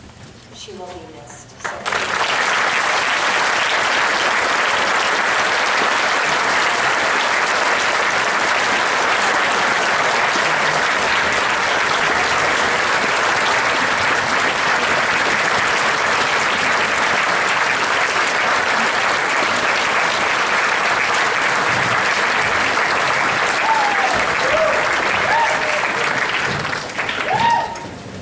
Thank you and congratulations, Mrs. Vartola. Next, under section C, we have one presentation tonight from Ann Thomas, who is the Labor Relations Consultant, and she represents Newbury Teachers Association. Good evening. Thank you for the time. First, I'd like to say when all of us have been saying teacher, teacher, teacher, teacher, actually, I think when we say teacher in this district, we have two associations that are combined as one, and that is our teachers, our educators, and our education support staff. And so I think when all of us are saying teachers, we mean our whole staff. And you have a wonderful staff in this district who is very, very dedicated to the community and to the schools. We would like to take a moment, and as a consultant for the Newbury Education Association and the Newbury Support Staff Association, I'd like to just say a few things and express our opinion. And as a former board member, I do understand that you have a very tough job as a board. You have to make the hard decisions. We understand that. We don't have control over the decision. But your staff, who I represent, will have a fallout and ramifications of whatever decision you make. And so we would like to request a few things as you move forward. If and when you vote to do a territory transfer with any district, we have a few requests. First, both districts, Berkshire and West Geauga, asked you to right-size your district. So you have 342 students. You're operating a school district. In order to educate 342 students, you need bus drivers, food service workers, secretaries, aides, custodians, teachers.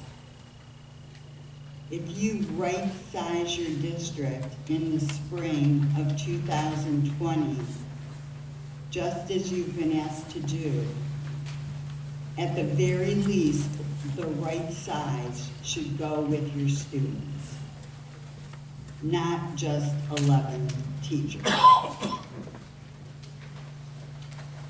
We're asking for communication. We asked for that a year ago. We'd like to thank Dr. Hoynes, who has openly met with staff individually and as a unit over the past few months. But what we are asking for now is to bring your staff to the table. Your staff knows what's best for your students. I also represent the teachers in West Geauga local schools. Just as I say there, I say here, the staff knows what's best for the students. And if we're going to put students first and do what's best for them, we have to make sure that they go into an environment where they can be educated in proper sized classes with the proper number of staff educating them and supporting them. So please bring us to the table and let us assist in the process. Just consider the ramifications, as Kristen said, for your staff. Moving on and getting laid off from a job, there is unemployment, because if there's no money in your budget, the state will have to step in and provide those funds. But health insurance is a nightmare. So please think about your staff as we move forward this spring in negotiations. And think about what's going to happen to them with families and no job and no health insurance. And try to be fair to the people who have been loyal to you collectively, this community. You have people who could have bailed years ago, gone somewhere else, earned more money, but they chose to stay here. And now it's time to return the favor. So that is our expectation of you as a board.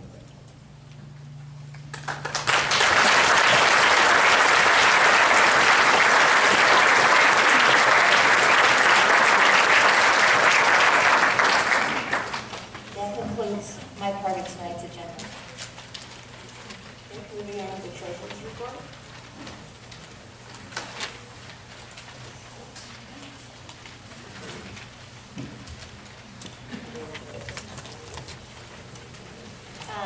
Madam President, members of the board, I would like to recommend the consent agenda, items A1 to A3. So moved. Second. Mrs. Matthews? Yes. Mr. Sanders? Yes. Mr. Sedeby? Yes. Mr. Simpkins? Yes. Mrs. Zoll? Yes. Madam President, members of the board, I would like to recommend the motion to approve the December 2018 financials. So moved. Second. Mrs. Matthews? Yes. Mr. Sanders? Yes. Mr. Sedeby? Yes. Mr. Simpkins? Yes. Mrs. Zoll? Yes. As Board of Education report and communications, I'd like to entertain a motion to approve the resolution requesting the governing board of Geauga County Educational Service Center to propose the transfer of territory of all Newbury Local School District to West Geauga Local School District. So moved. Second. As I've requested each board member to prepare a statement regarding the territory transfer, I'm going to now give each of them time to read those statements and go in alphabetical order using the last name first, which leads with Mrs. Matthews. Thank you for all coming tonight. Students, community members, members of the board, staff, all staff. Many times the right choice is not the easy one. I sit before you today a proud Newbury alumnus prepared to take a vote on moving Newbury forward with another district. The reality of our situation is since 1986, our enrollment has been declining. The 342 K-12 Newbury students that we are currently servicing in these walls is a projection that was given to this community when Dr. Fanley sat where Dr. Hoynes does today. Some of us are old enough to remember those times. The ability for this district to remain intact to this point is a testament to the support our community has for these kids, for us when we were in these walls. They have shown up time and time again to assure the district stayed out of a fiscal emergency. Unfortunately, a A 40-year-old trajectory is not one that can be changed overnight or even within 5 years' time, much like a steam miner can't turn on a dime no matter how good the crew is, and we do have a good crew. When I took office, I was naive. To me, the issue was finishing the discussion and weighing out our options. I understand now, from the information supplied by Dr. Hoynes, Mrs. Palm, the Geauga County ESC, community surveys, fellow board members, previous board members, the County Commissioner's Office, state legislators, that this issue has been really who will be making the decision to merge, locally elected officials or the state. I have come to learn about House Bill 70, which gives state the control to appoint a CEO to school districts receiving an F score on the state report card for 3 consecutive years. I have learned that once a public school building falls under 250 kids service, it is no longer eligible for state facility funding, putting that burden of repairs or replacement 100% on the residents. I have learned that when enrollment drops to these levels, the state can step in and initiate a merger if they deem the institution is no longer financially viable. We watched as that happened with our friends at Ledgemont, whose enrollment at the time was north of 380 students K through 12. Residents on both sides of this discussion have vowed to campaign against any future levies, some in protest of not merging with the 2014 levy money, some in protest of the new board members. 4 or 5 members on this stage have acknowledged that a renewal levy attempt would not be successful, which really leaves us with one question to discuss. Do we vote to merge now while we can offer the children a transition plan to ease the anxiety, or do we hold out for an additional year, realize fiscal emergency, and have it happen at the hands of the state, giving the children very little time to acclimate or families to plan for that change? It is our obligation as the board to put the children first 100% of the time, both high school and elementary, and future generations. This is not about egos or righteousness, popularity, or any of the such. There are times in your life when you must be the strong one, when there's something you love and care deeply for. You'll be there to walk the last mile and to stand alongside as the lights go out with dignity that we all hope to be shown someday. I understand that some people have difficulty with that, but I need to be in the room when the time comes with this school that I've called home for so many years, and I intend to help our children by accepting our reality and support them through this process. From surveys, we learned that our community values first and foremost a wide array of course and club offerings, and secondly, well-paid teachers. By joining the West Geauga community, we can achieve both of those goals. With a transitional year in place, West Geauga and Newbury administration and staff can collaborate with professional development. Our students who decide to stay in the district next year will reap the benefits of a more rigorous training program for our staff. West Geauga also has more counselors, intervention specialists, and special needs instructors to better assist our population of special needs and gifted students, which will help us realize a higher rate of student success with an emphasis on inclusion rather than pull-out instruction. We learned from Dr. Hoynes at the State of the School meeting that we need to improve our graduation and truancy rates. By joining forces with West Geauga, we can keep more kids from falling through the cracks by offering a wider breadth of courses and clubs to fit their individual abilities and interests. Although survey results have showed that sports are not listed as a top priority for a majority of our respondents, there is a subgroup in the community that places a high value on them. It is very possible that based on participation numbers we currently have, Newbury will not be able to offer students football or soccer next season. Softball is another sport that has been difficult for our district to provide consistently through the years, and rec numbers suggest that we do not have enough kids coming up through the program to continue these and other activities for our high school and junior high kids for very long. West Geauga's members can afford not only varsity, but junior varsity and at times freshman clubs for many of their athletics, which will allow more playing time and better progressive training for our children through the years with less injury, as the students will be matched better to their individual skill level. Class sizes is a reoccurring theme when members of the community request to meet with me. As we learned at the 5-year forecast, the district has been overhiring. This is the leading cause to our cost per pupil ratio being $6,000 higher than districts that are the similar size as us. Although cuts have been announced to rein in this spending, the board has decided to limit how deep those numbers will be at first, so as not to affect the current students too dramatically. But over time, those numbers will need to be tightened up. Our enrollment projections, coupled with acceptable staffing standards, means Newbury would realize larger class sizes compared to neighboring districts if remaining a single district. By joining West Geauga, we will be able to keep our teacher-student ratio smaller than if we remain independent. What has impressed me most with West Geauga leadership during this process has been their thoroughness and culture of high expectations. They learned the teaching strengths of our entire staff, not just those on the union lists. They are always keeping track of quality teachers should openings come available. They don't wait for applicants, they seek them out, and that says a lot about their commitment to excellence. Their board has voted 5-0 to take the necessary steps to begin this process. That is a very positive start for our community and our kids, and it will be exciting to see how the best initiatives from both districts can benefit the kids of Russell, Chesterland, and Newbury, should the vote go that way. Although the students and the community are where our responsibilities lie, we are committed to assisting staff who would not be making the transition with us. As Dr. Hoyne sees fit, we are prepared to approve hiring trainers and job fairs for the staff to lend support. This will not be possible if we delay making this decision. Additionally, Mrs. Palm will continue to push our finance department forward. She is committed to establishing department budgets and will continue to streamline our processes to meet industry standards as well. This vote will not be taken lightly, but we need to let all communities move forward with confidence and vigor.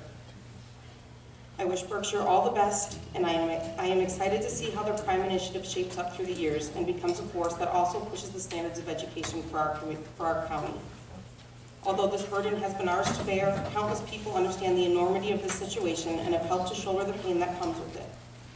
Outpouring support from former teachers, administrators, and members of the board, alumni, community members, and families currently using the district have been our beacon during the tough times. Thank you all for the service and support you have shown this district through the years. I have been fortunate in the craziness that comes with having 3 kids under 7 to be able to attend volleyball and soccer and football games, prom after prom, talent shows, elementary holiday concerts, and the Living Wax Museum. I have known so many of these sweet kids through growing up with their parents, coaching rec sports, years of preschool concerts, and that fantastic moment when I get to see them dressed up for the trick-or-treating in the big gym. I cannot let the state decide how the transition will go for them, because I know firsthand how important it is. We owe it to our families to steward the children through this process. Thank you.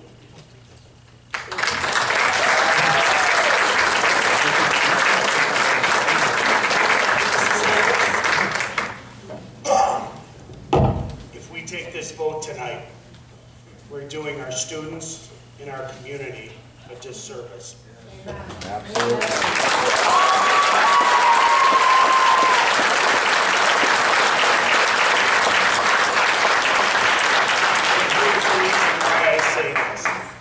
This week, people that don't particularly care for me have reached out to me in many cases and said they don't feel that they got a fair shake or that Berkshire got a fair shake in the talk.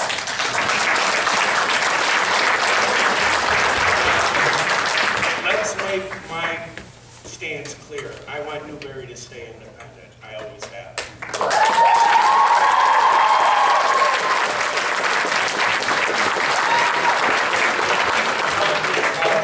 It's going to come in and take us over, and it's not true. Because Dr. Hoynes has made the right sizing, what it means is, even without this board putting on the renewals, it carries over. Right now, with the right sizing, it feels like a money grab to me. And I'm going to be honest, I get that maybe the school's not going to be around forever, and maybe our end is coming near, but I've always said, put it to the community. 5 members should not be making this decision.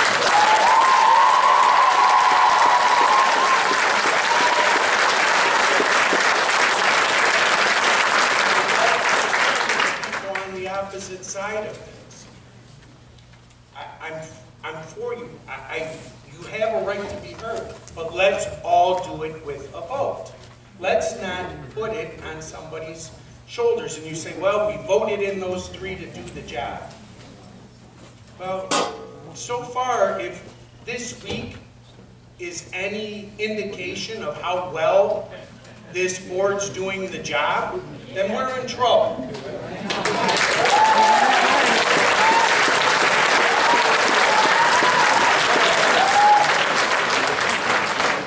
And I do believe in my heart of hearts, tonight I'm going to call for a motion to table this till the next meeting. At least that way, for the people that want us to go to Berkshire, give them a chance to talk. Tonight all we heard was people that want to go to West Geauga. And I get it because of the media release. That's all the option that can come up here and speak. Now, I think that at least table it till next meeting and give this is a huge monumental task that we're going to, and if we are going to pick this, if you are going to keep it the 5 of us, then do the right thing, table it, and have it one item on the agenda. And that item is to have a public forum for whoever and whomever wants to come up and talk. If you have to reintroduce financials and everything else, then do it. Let's look at this. We don't need to jump at this. And I'm not trying to stall it, because I believe that inevitably we're going to go somewhere. But at least let everybody's voice be heard.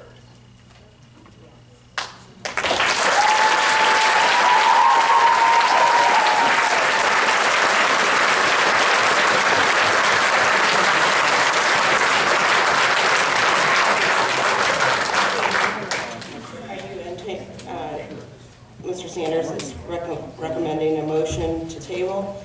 Do I have a second? Second. Okay. Any discussion? I just think it's the right thing to do with something that's I monumental. would love to add that we've been discussing this for over a year, and at this point, stalling and delaying it is detrimental, in my opinion. Listen to voters. I'm going to call to order. The board is having a discussion. We've allowed public to speak. We are having a board discussion at this point in the meeting. Please.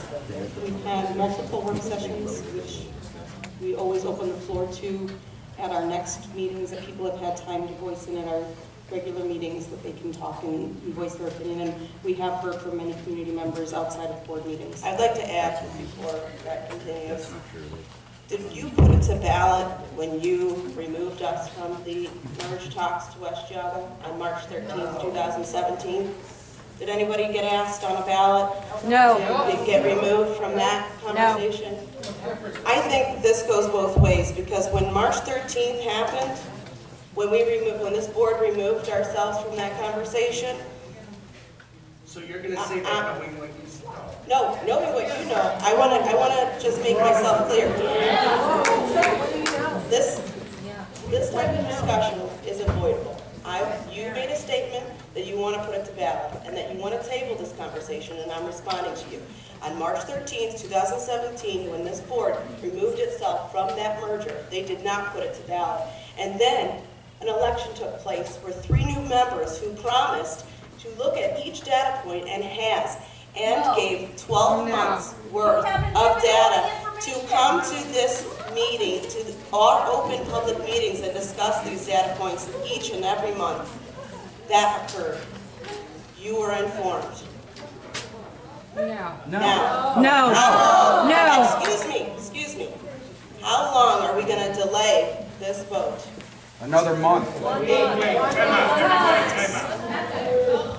It's not a delay. What I'm saying is, after what's transpired this week, by you coming out early, before a board vote, or anything else, all I'm saying is, that's when I started getting the phone calls that people are saying, the board's already made its decision. Please listen. Yes. So, Mr. Sanders, and I've explained, you and I have spoken, you understood that this resolution was coming forward. There were deadlines and still deadlines that meet the needs of our parents and our families to make this vote happen. February 4th is all I'm asking for. February 4th at the next meeting. That's all I'm asking. And what day does open enrollment close for West Jaga? Okay. Excuse me, I'm asking Mr. Sanders a question. I'm sorry, I don't look into open enrollment. Right, it's important. You closed merger talks on March 13, 2017. And used the excuse of open enrollment to have people know where they should be signing up their kids for kindergarten registration as an excuse. And I'm telling you right now, we are helping our parents and our families plan the best that we can under the circumstances. That is the reason. Thank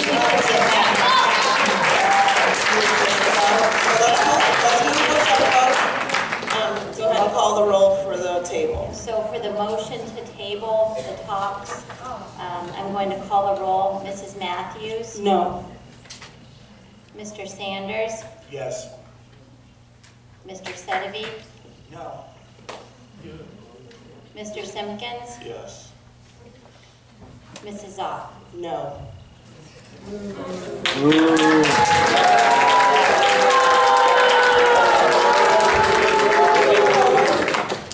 Mr. Sedevy, your prepared statement, please.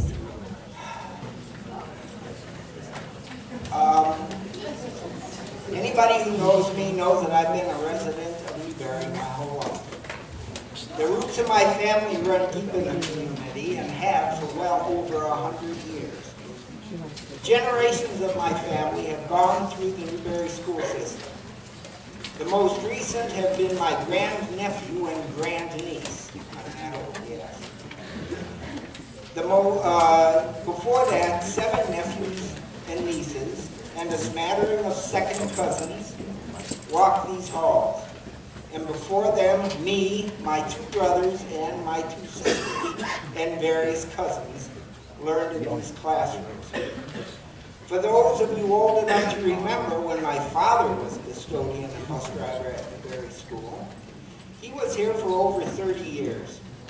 My uncle was bus driver here for as many years.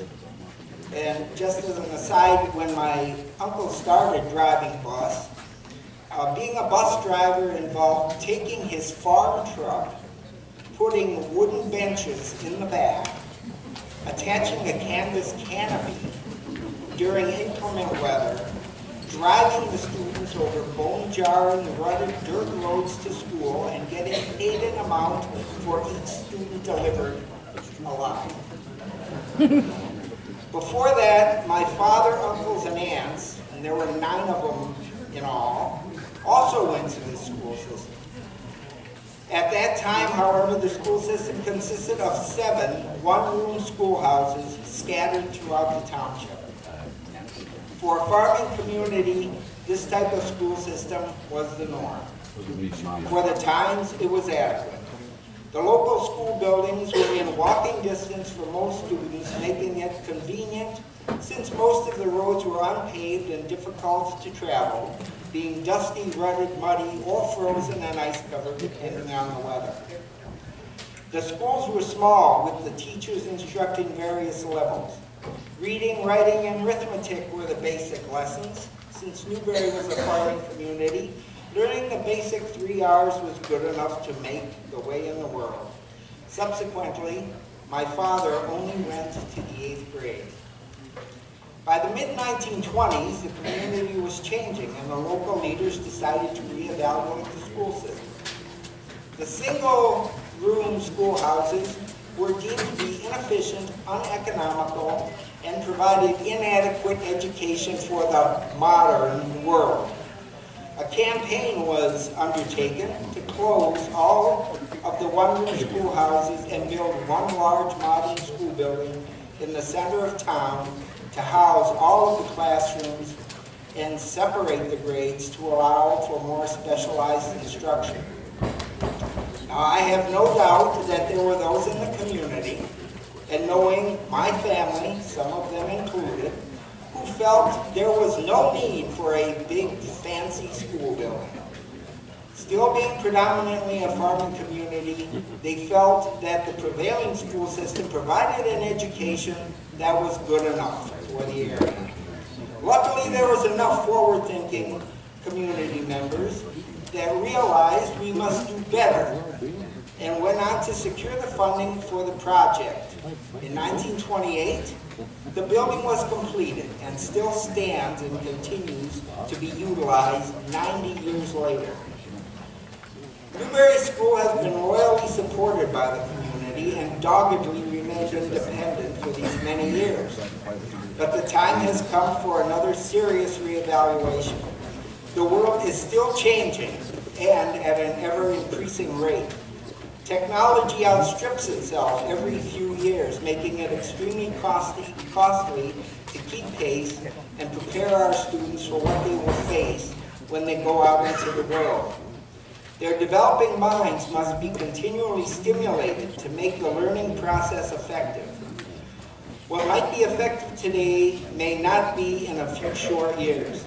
Therefore, we as a community must shed this island mentality and join the greater community. An education that was good enough is no longer good enough. We can do better. It's time for a change.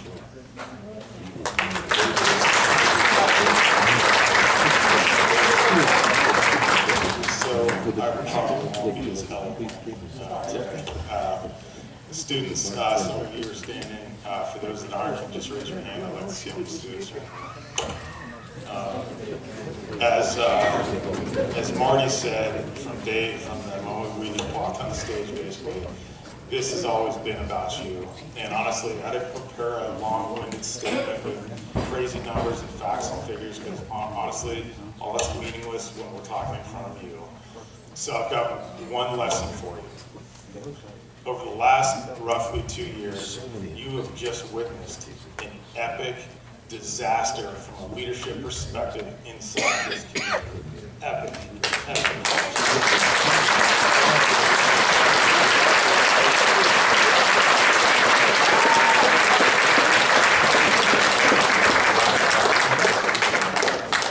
So when you all get your shot to lead, and trust me, you will, it might seem like forever before you get to sit in a spot like this. It's not all fun and games. You'll get your shot to lead. When you do, take it serious. Take it serious. Be knowledgeable. Get as well informed as you can. Have integrity.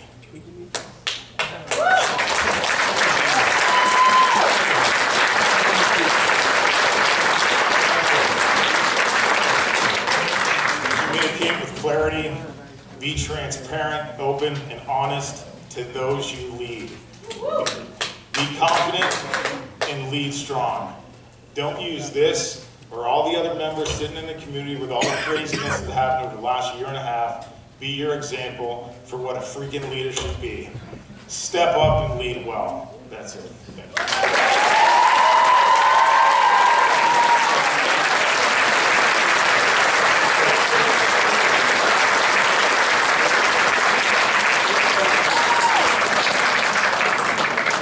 As all the students are standing, I want to recognize that while we do look at all of you as a representation of our students, it does not include all of our students.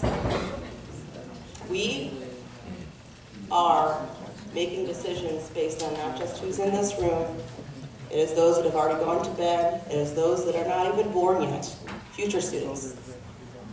We have to be prepared for them. No one wants to make this vote.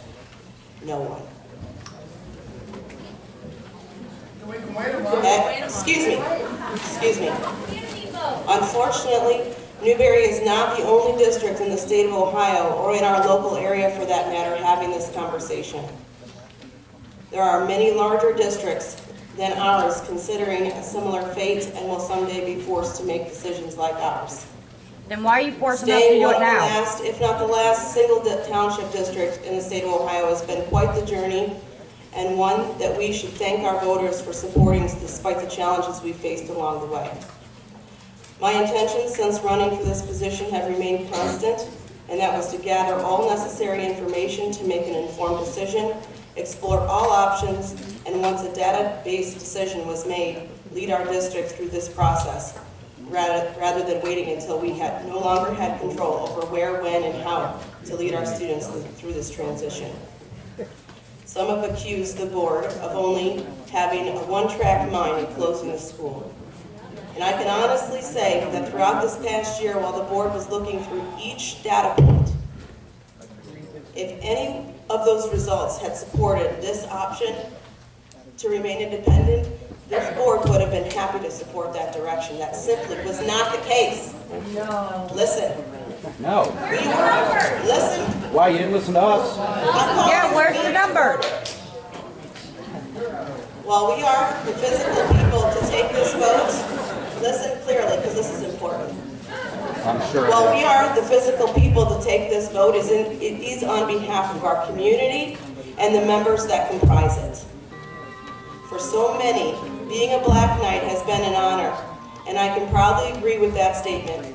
And that's why I'm proud to vote to guide our district to transfer its territory to the West Geauga Wolverines. With the most dignity and respect that us Newbury Black Knights deserve. I don't carry the weight of this decision lightly. And some factors that led me to vote for this recommendation are: 1, the stability West Geauga District provides; number 2, their standard for excellence; number 3, their approach to special education; number 4, their rigorous course offerings; number 5, their ability to teach each learner; and 6, extracurricular activities and clubs. Lastly, I had the pleasure of touring West Geauga's facilities. In touring those facilities, I made some observations along the way. In walking into that district, I was met with smiles and glows from staff and students whom I've never met.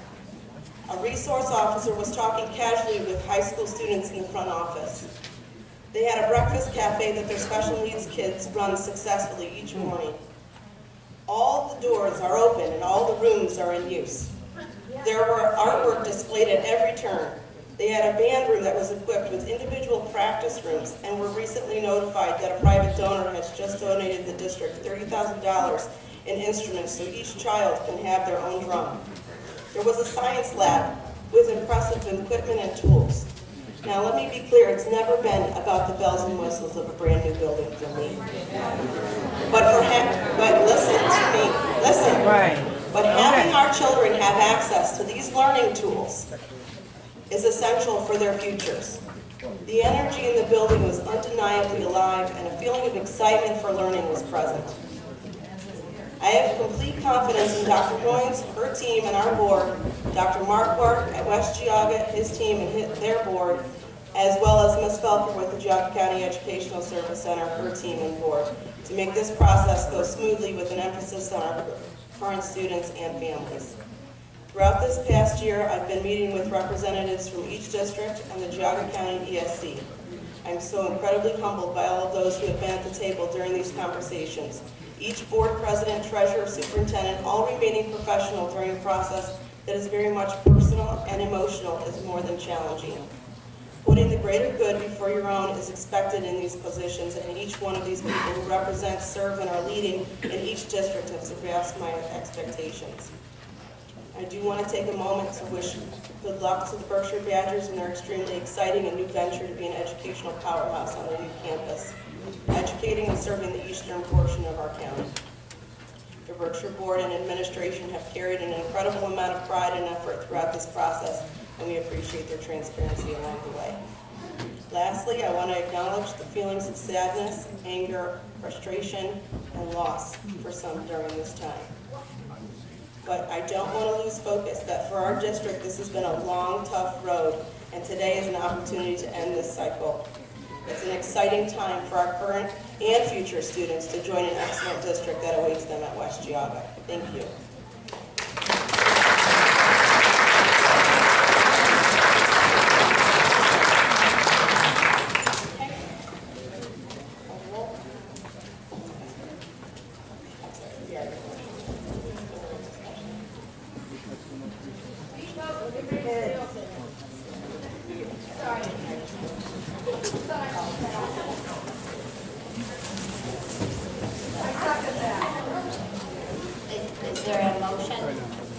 moved.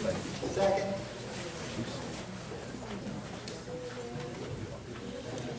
Mrs. Matthews? Yes. Mr. Sanders?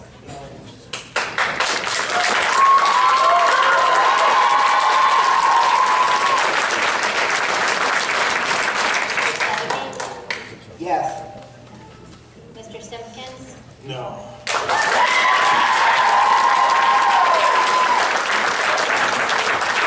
Mrs. Zopp? Yes.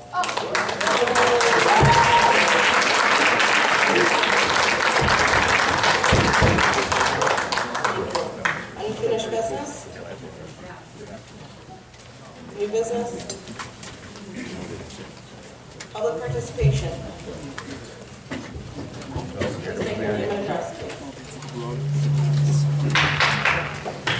My name is Mary Von Busey. I live at 10048 Bell Road. I'm sorry, what was your last name? Von Busey. Mortgage. I agree with Audrey Ray, Jessica Aldridge. I love everything you said so far. You said, most recently it was the small kids that are already in bed. When I talk about my second grader. Okay. She is terrified to go to a new school. The kids that are not even born yet are not yet in the district. You want to talk about my nephew, who's 2. My sister just moved to this district to put him in Newbury. You want to talk about all the kids who have moved to this district or open enrolled to this district. I bought a house in Newbury to put my kids in this district. I have fought tooth and nail through years of unemployment to keep my children in this district. Because in this district, my son is not student number 86 of 240. He's 7. He likes sci-fi. He's a wrestler. He's cool with this kid, and he's this kid's defender, and this kid is weird. And this is Sydney.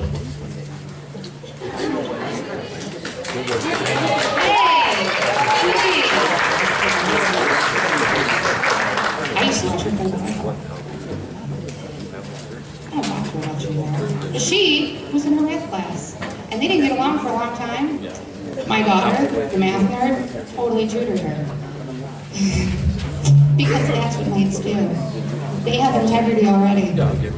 Who else is over here? Hey, your house looks so cool at Halloween. Ma'am, this is irrelevant. No, it's not. This is Newbury. Bring it back. Hey, you don't get this at West G. Because this is Newbury. This is the point I'm trying to make. Yes, we're going under financially. But as Audrey points out, maybe there's something the community can do to bring in businesses. Businesses bring in people. People have children who need to go to school. Newbury is going under, and it's not just school. Dollar General is being built. People are going to move to town. We don't need a nursing home. We need kids. Oh, you guys haven't heard that rumor? Catch up with me later. Okay? It is a rumor. You're right. There's plenty of rumors. And that's what the whole thing is. I don't want my kids to go to West G, but I've seen all the numbers about going to Berkshire. I've seen all the numbers about going to West G. And like Audrey said, where are the numbers about how we can try to boost the community?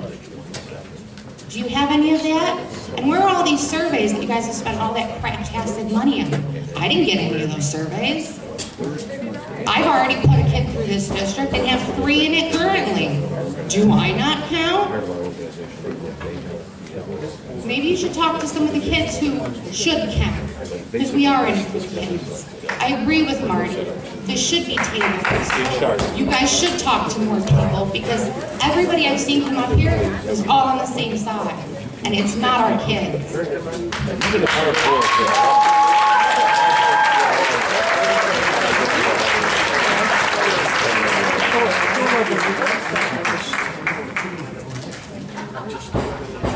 My name is Sydney Loudon, and and I live at 15852 Messenger Street.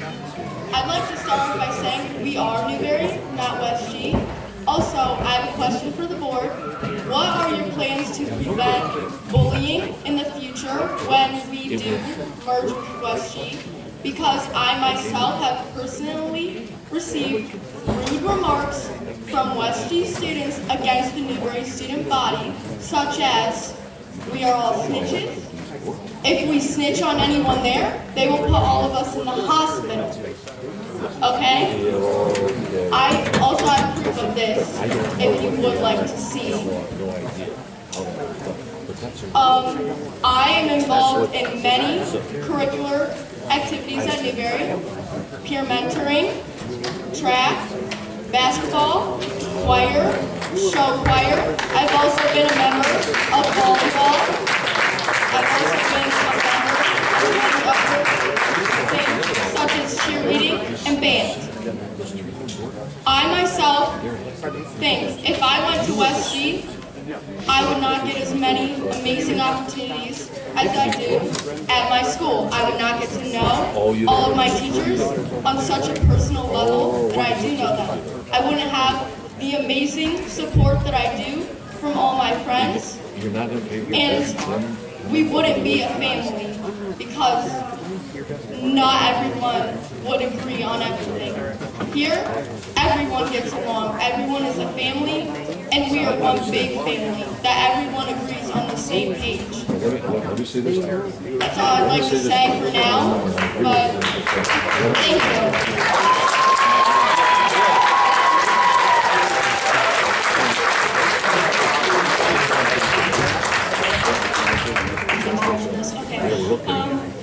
So my name's Mayfield. That's how I spell it. I am from England, so I've been in many schools. When I moved here, I originally went to Gates Mills Elementary School, and I was ridiculed beyond belief due to my accent and my clothing. When I moved to Newbury in 5th grade, not once was I ridiculed for what I wore, the way I talked, and even the way I said some things. Oh, my address is 14160 Baggage Boulevard, Newbury, so I'm a Newbury resident. So I am a choir nerd. I love music beyond belief. Love it more than anything in the world. And when I moved here, I saw the high schools. I looked up to them. They don't have varsity jackets. And I haven't really ever seen other schools have choir and varsity jackets. But not only did I want choir on my jacket, I wanted sports. And in England, we don't have softball. We don't have baseball. I watched the game here, and I was completely amazed by the sport, and I wanted to be a part of it. So, my 10th grade year, I joined softball. Also, while being in the Cleveland Youth Orchestra, trying out to be a gifted student in voice, and also while having the highest rating in solo and ensemble singing.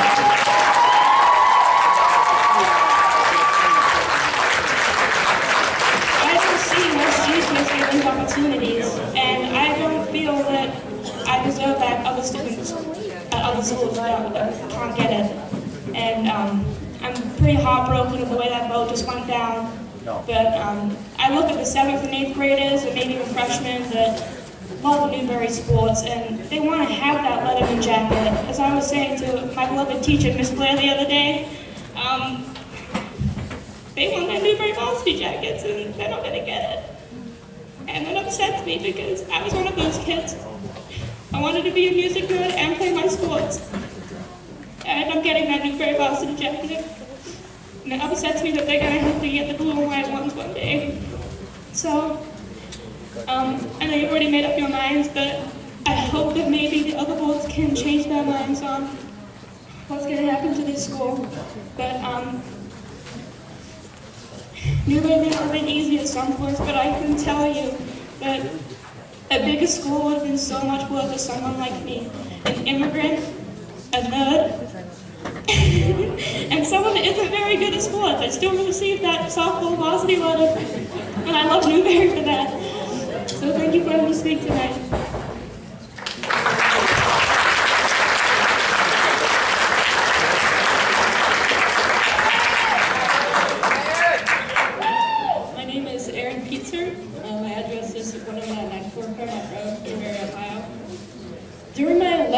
years here at Newbury, I have experienced two of the biggest changes. The first was when our current principal, Mr. Shafee, came. Before Mr. Shafee, we were just Newbury. We didn't really care much for our school. We got ridiculed by bigger schools for not being as good, not being as big. Just to excuse that maybe we were different. We went from having to no pride to having more pride than we could ever imagine. After our new board members were elected to our board to represent our wards, our students were more proud to be Black Knights than ever. We marched. We tried to show you how wonderful our school is. I've taken advantage of all that Newbury has to offer, and you can stand there and tell me that I need more. I just need more. But I am doing everything I can here. I have lettered in track, basketball, volleyball, and band. Along with that, I have a 4.0, and I'm involved in HPAC and Black Knight Order distinction. I am only a sophomore. At West Geauga, I would never, ever get these opportunities. We have a marching band and a fantastic choir who are going to Disney and include all of the students who wish to participate. We have a robotics team that has made it to finals in a qualifying tournament and won the Judges Award during the 2018 season. If you ask any student here if they would like to merge with West Geauga, they would say no. Have you asked the students of what they have said to us? Have you cared? Have you acknowledged that West Geauga kids have made threats to Newbury kids, saying multiple unsettling things, and I'm supposed to move there my senior year and feel included with those welcoming arms? We will have to live through this merger. You are taking away my senior year. Listen to the current students and staff, because this is who this will affect. Put us first. Put me first. Thank you.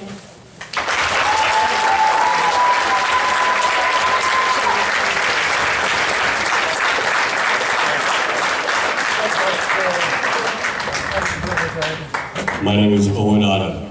I live at 14609 U Drive.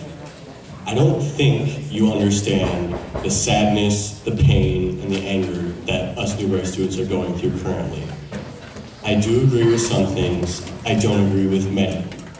One thing I do agree with is that change is needed, but that change isn't merging with West Geauga. That change is trying to help our students get through this. That change is trying to achieve a greater amount of money to help us get through this financial issue. There are many things that us students want. There are many things we don't get. One of these things we don't get is the recognition we deserve.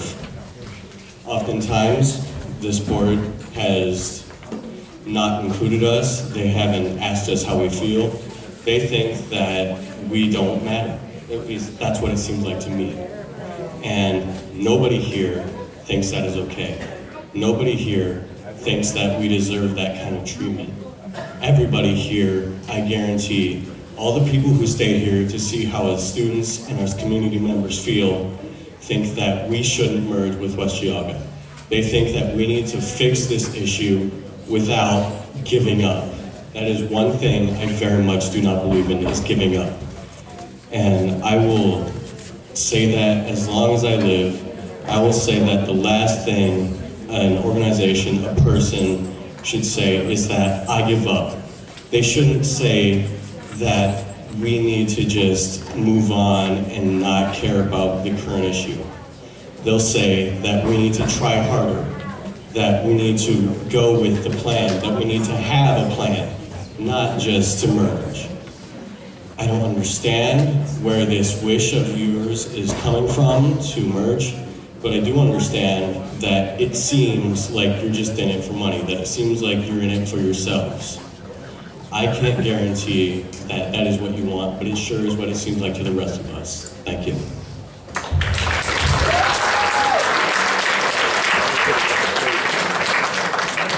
Hello.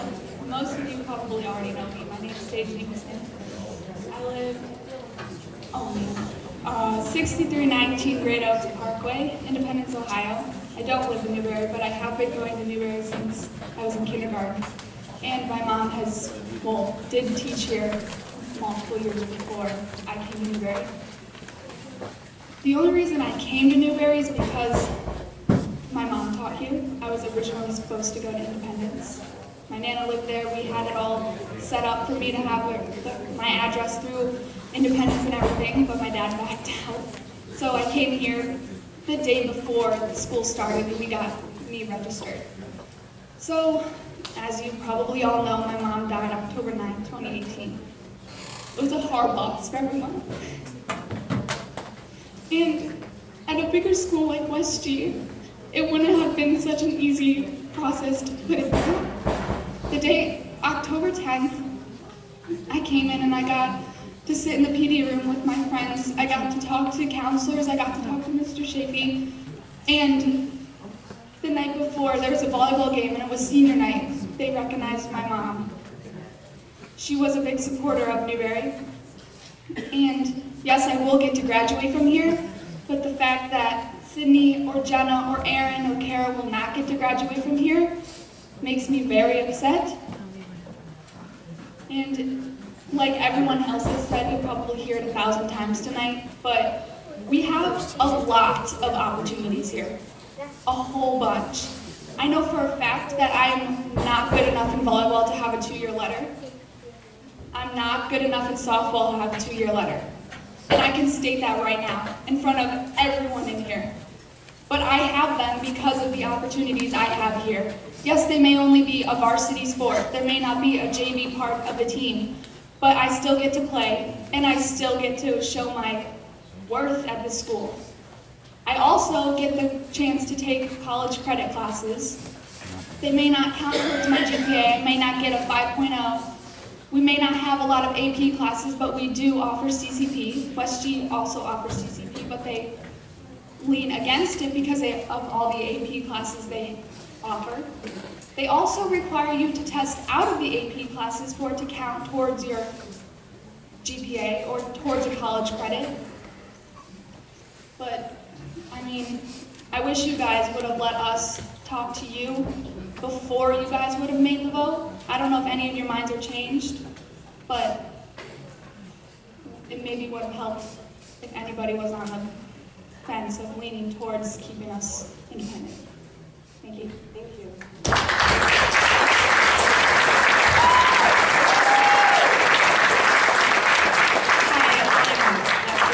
Berry, 14368 Sperry Road. I'm going to make this short and snappy because I don't want to become a puddle on the floor. I've been going to Newbury since I was in kindergarten. And the things that I have witnessed here have truly changed my life. Without the amazing, loving staff and community, without Ms. Tomasetti, without Ms. Boyd, without Ms. Lee, without Ms. Herman, and all these wonderful teachers, I don't know where I'd be. Without this school community, I do not know where I'd be today. I love every single person in this school and all the groups I've been in, like HPAC, volleyball, and multiple different things throughout the year. I just can't imagine it going down and going to West G where we would get harassed.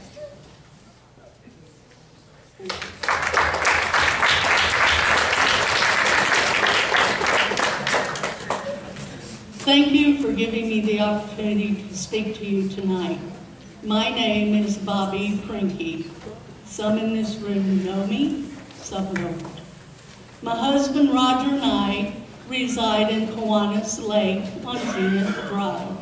We purchased our home back in 1984. I will say it to you here, yes, it's about money and so much more. It's always about money because it takes money to operate your home, your business, your school, and to give the children the educational opportunity they deserve. But we need to be diligent and smart in spending this money. I, as many others in this community and beyond, are so tired of the vindictive, venom-spewing words of hate. Over what? A building? As I stated 6 months ago when I spoke to you then, the memories of your childhood, and now the children's of Newbury are in your hearts and your minds. I am for this merger. My family is for this merger, whether it is with Berkshire or West Duggan. This township, our community, does not need a school in it to thrive and be great. It needs people who will stop hating and hurting each other. I hold out hope that this can happen here. God is weeping for this township. I just pray others can hear him too.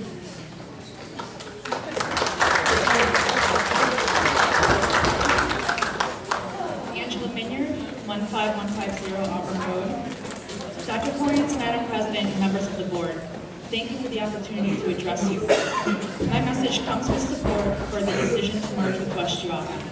I represent my family, and I believe I reflect the common sentiment that has permeated in my discussions with many other school district families, and that is, our support for this recommendation does not mean we are callous to how others feel, mean-spirited and wanting to shut down the school, or do not love our teachers.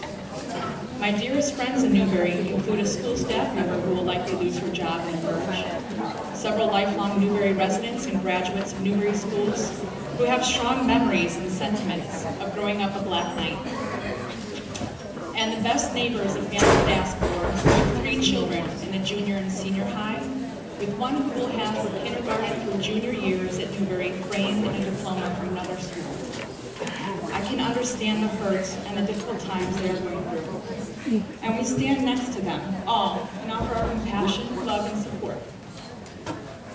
Our support of the merger is focused on our daughter and our family, but it is not ignorant to the pain and difficult transition it will cause for our friends and to our teachers and school staff, especially those who have graced Addie's school days over the last 2 years. We love you and hold you in high regard. You are a talented staff with immense skill, creativity, and passion. I resonate with part of what you must be going through. 3 years ago, I was told by my boss of 14 years that she could not guarantee funding for my position for next year. And I was forced to make a difficult decision with that uncertainty, and 2 years later in a new job, I do appreciate the growth that came out of that tumultuous change. My hope is that you will also have the same retrospective experience. And I know with your skill and talent, you will be an asset to any school district. Our family is full of gratitude for your positive impact on Addie's educational experience here at Newbury. Not all change and stress in our life is harmful. I am eager to support my daughter during this transition. She has a head start having been taught integrity, cooperation, and excellence. This merger is an opportunity for her to experience manageable stress and become better able to face and cope with change and obstacles further in life. Our kids from Newbury will do well. Let's give them all the credit they deserve. They will grow and strengthen their adaptation skills. I am positive our children will be the ones teaching us lessons during this merger. The students of Newbury and West Geauga will be the success of this merger. And I am eager to witness their grace, acceptance, and resilience. And with this opportunity set forth with the merger, I once again emphasize our family's support for this merger with West Geauga. Thank you for all your hard work. Thank you.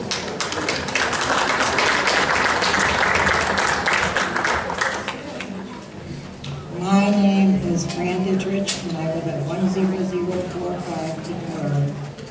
I want to express my pride in Maggie, Terry, and Kimmy tonight. You have continued to work hard towards a solution to the enrollment and financial challenges of our small school system. You repeatedly asked for plans for keeping the school as an independent district from the past superintendent and from the 2 senior board members, and you never received those plans, so you had to go on what you learned yourself. You have been open, clear, and giving with the information and the opportunities for people to find out what they needed to know about this merger and this whole situation. In spite of all the you continue to do all of this work in spite of all of the cruel mistreatment, lies, and name calling that you've suffered. I know that this is a very hard for you as lifelong Black Knights. I know it is breaking your heart. My heart is broken too, both as a Black Knight since 1986 and as a person who has always supported teachers.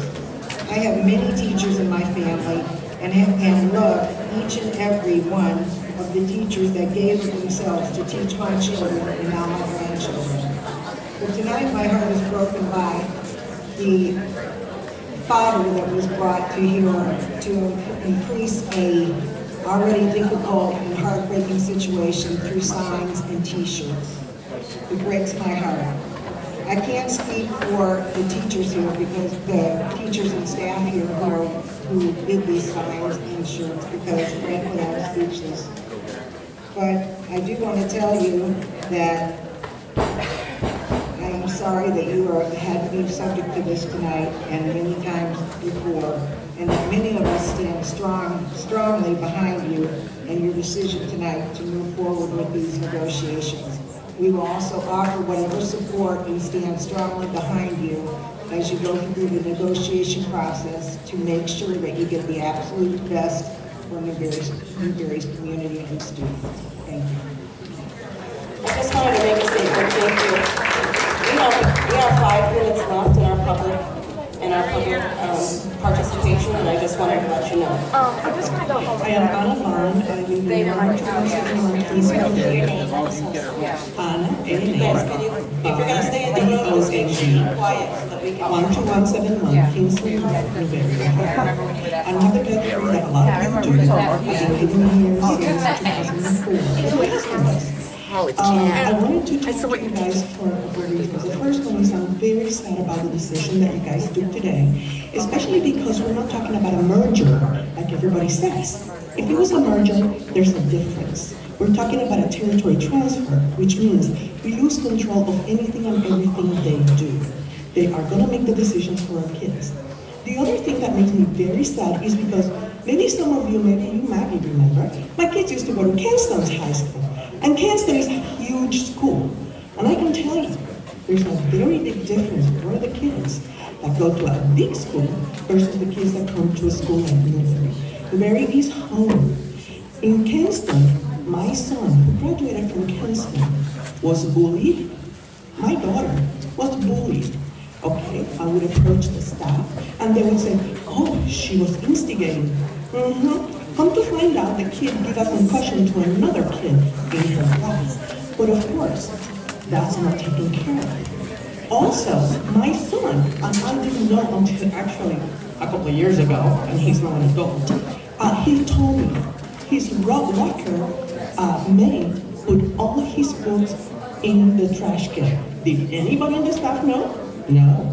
Did anybody tell me? No, because in a school that is very big, the kids get lost. And they get lost because they're younger.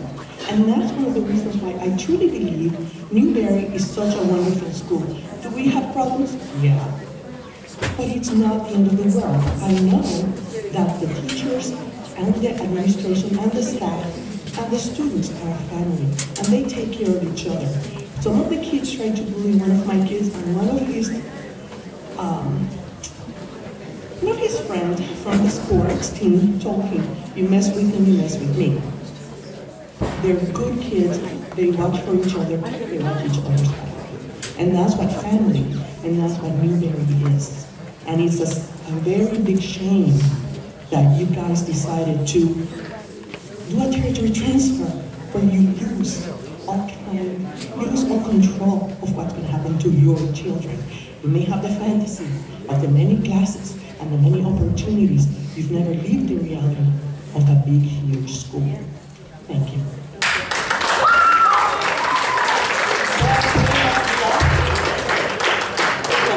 All right, hi, I'm Anita, and I didn't prepare anything, but I've been taking a lot in, and I've got 15461 Lakeshore Drive, Burton, Ohio. I don't live in Newbury, but I stand by the school with my whole heart. I didn't prepare a speech, but I really wanted to talk about the teacher and student relationships we have at the school. I'm not trying to sway your decision because obviously that's already closed off. I'm going to try to keep this well spoken because I have a lot of words to say. Our teacher and student relationships at the school are so strong, between the inside jokes between Selena Gomez on your door, Mrs. Morris, and our inside jokes with Mr. Liseski and Ms. Kerman and Ms. Bodner. And you really think at West G, with over 100 students per class, you really think the teachers are going to know us by name? Like, they won't. They're going to be like, oh, you, and they're not going to help us at all. And that's the reason why our academics here are very high. People get A's and B's because we have well-constructed relationships with our faculty and our teachers here. And the thing that really makes me mad, I guess, is most of our staff is going to get laid off. And I think that's kind of bull. That's just my opinion, and I'm sorry. I really want to represent the school in a good way, but at West G, our teacher and student relationships will not be good at all, and I really appreciate you walking off. So, that's it.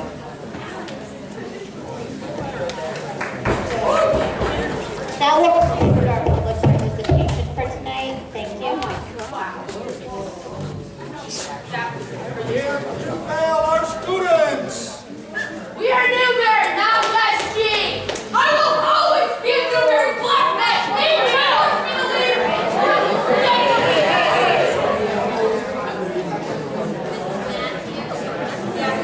Mr. Sanders, Mr. Sedeby, Yes. Mr. Simpkins, Mrs. Zoll. Oh yeah, I've heard that.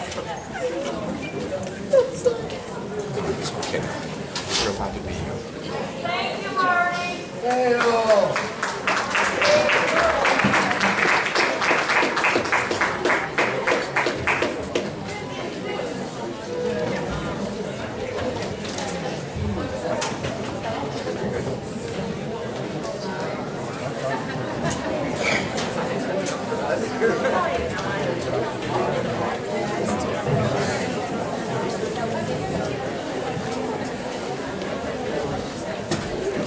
Ernie, it's time to go away. I love that. It said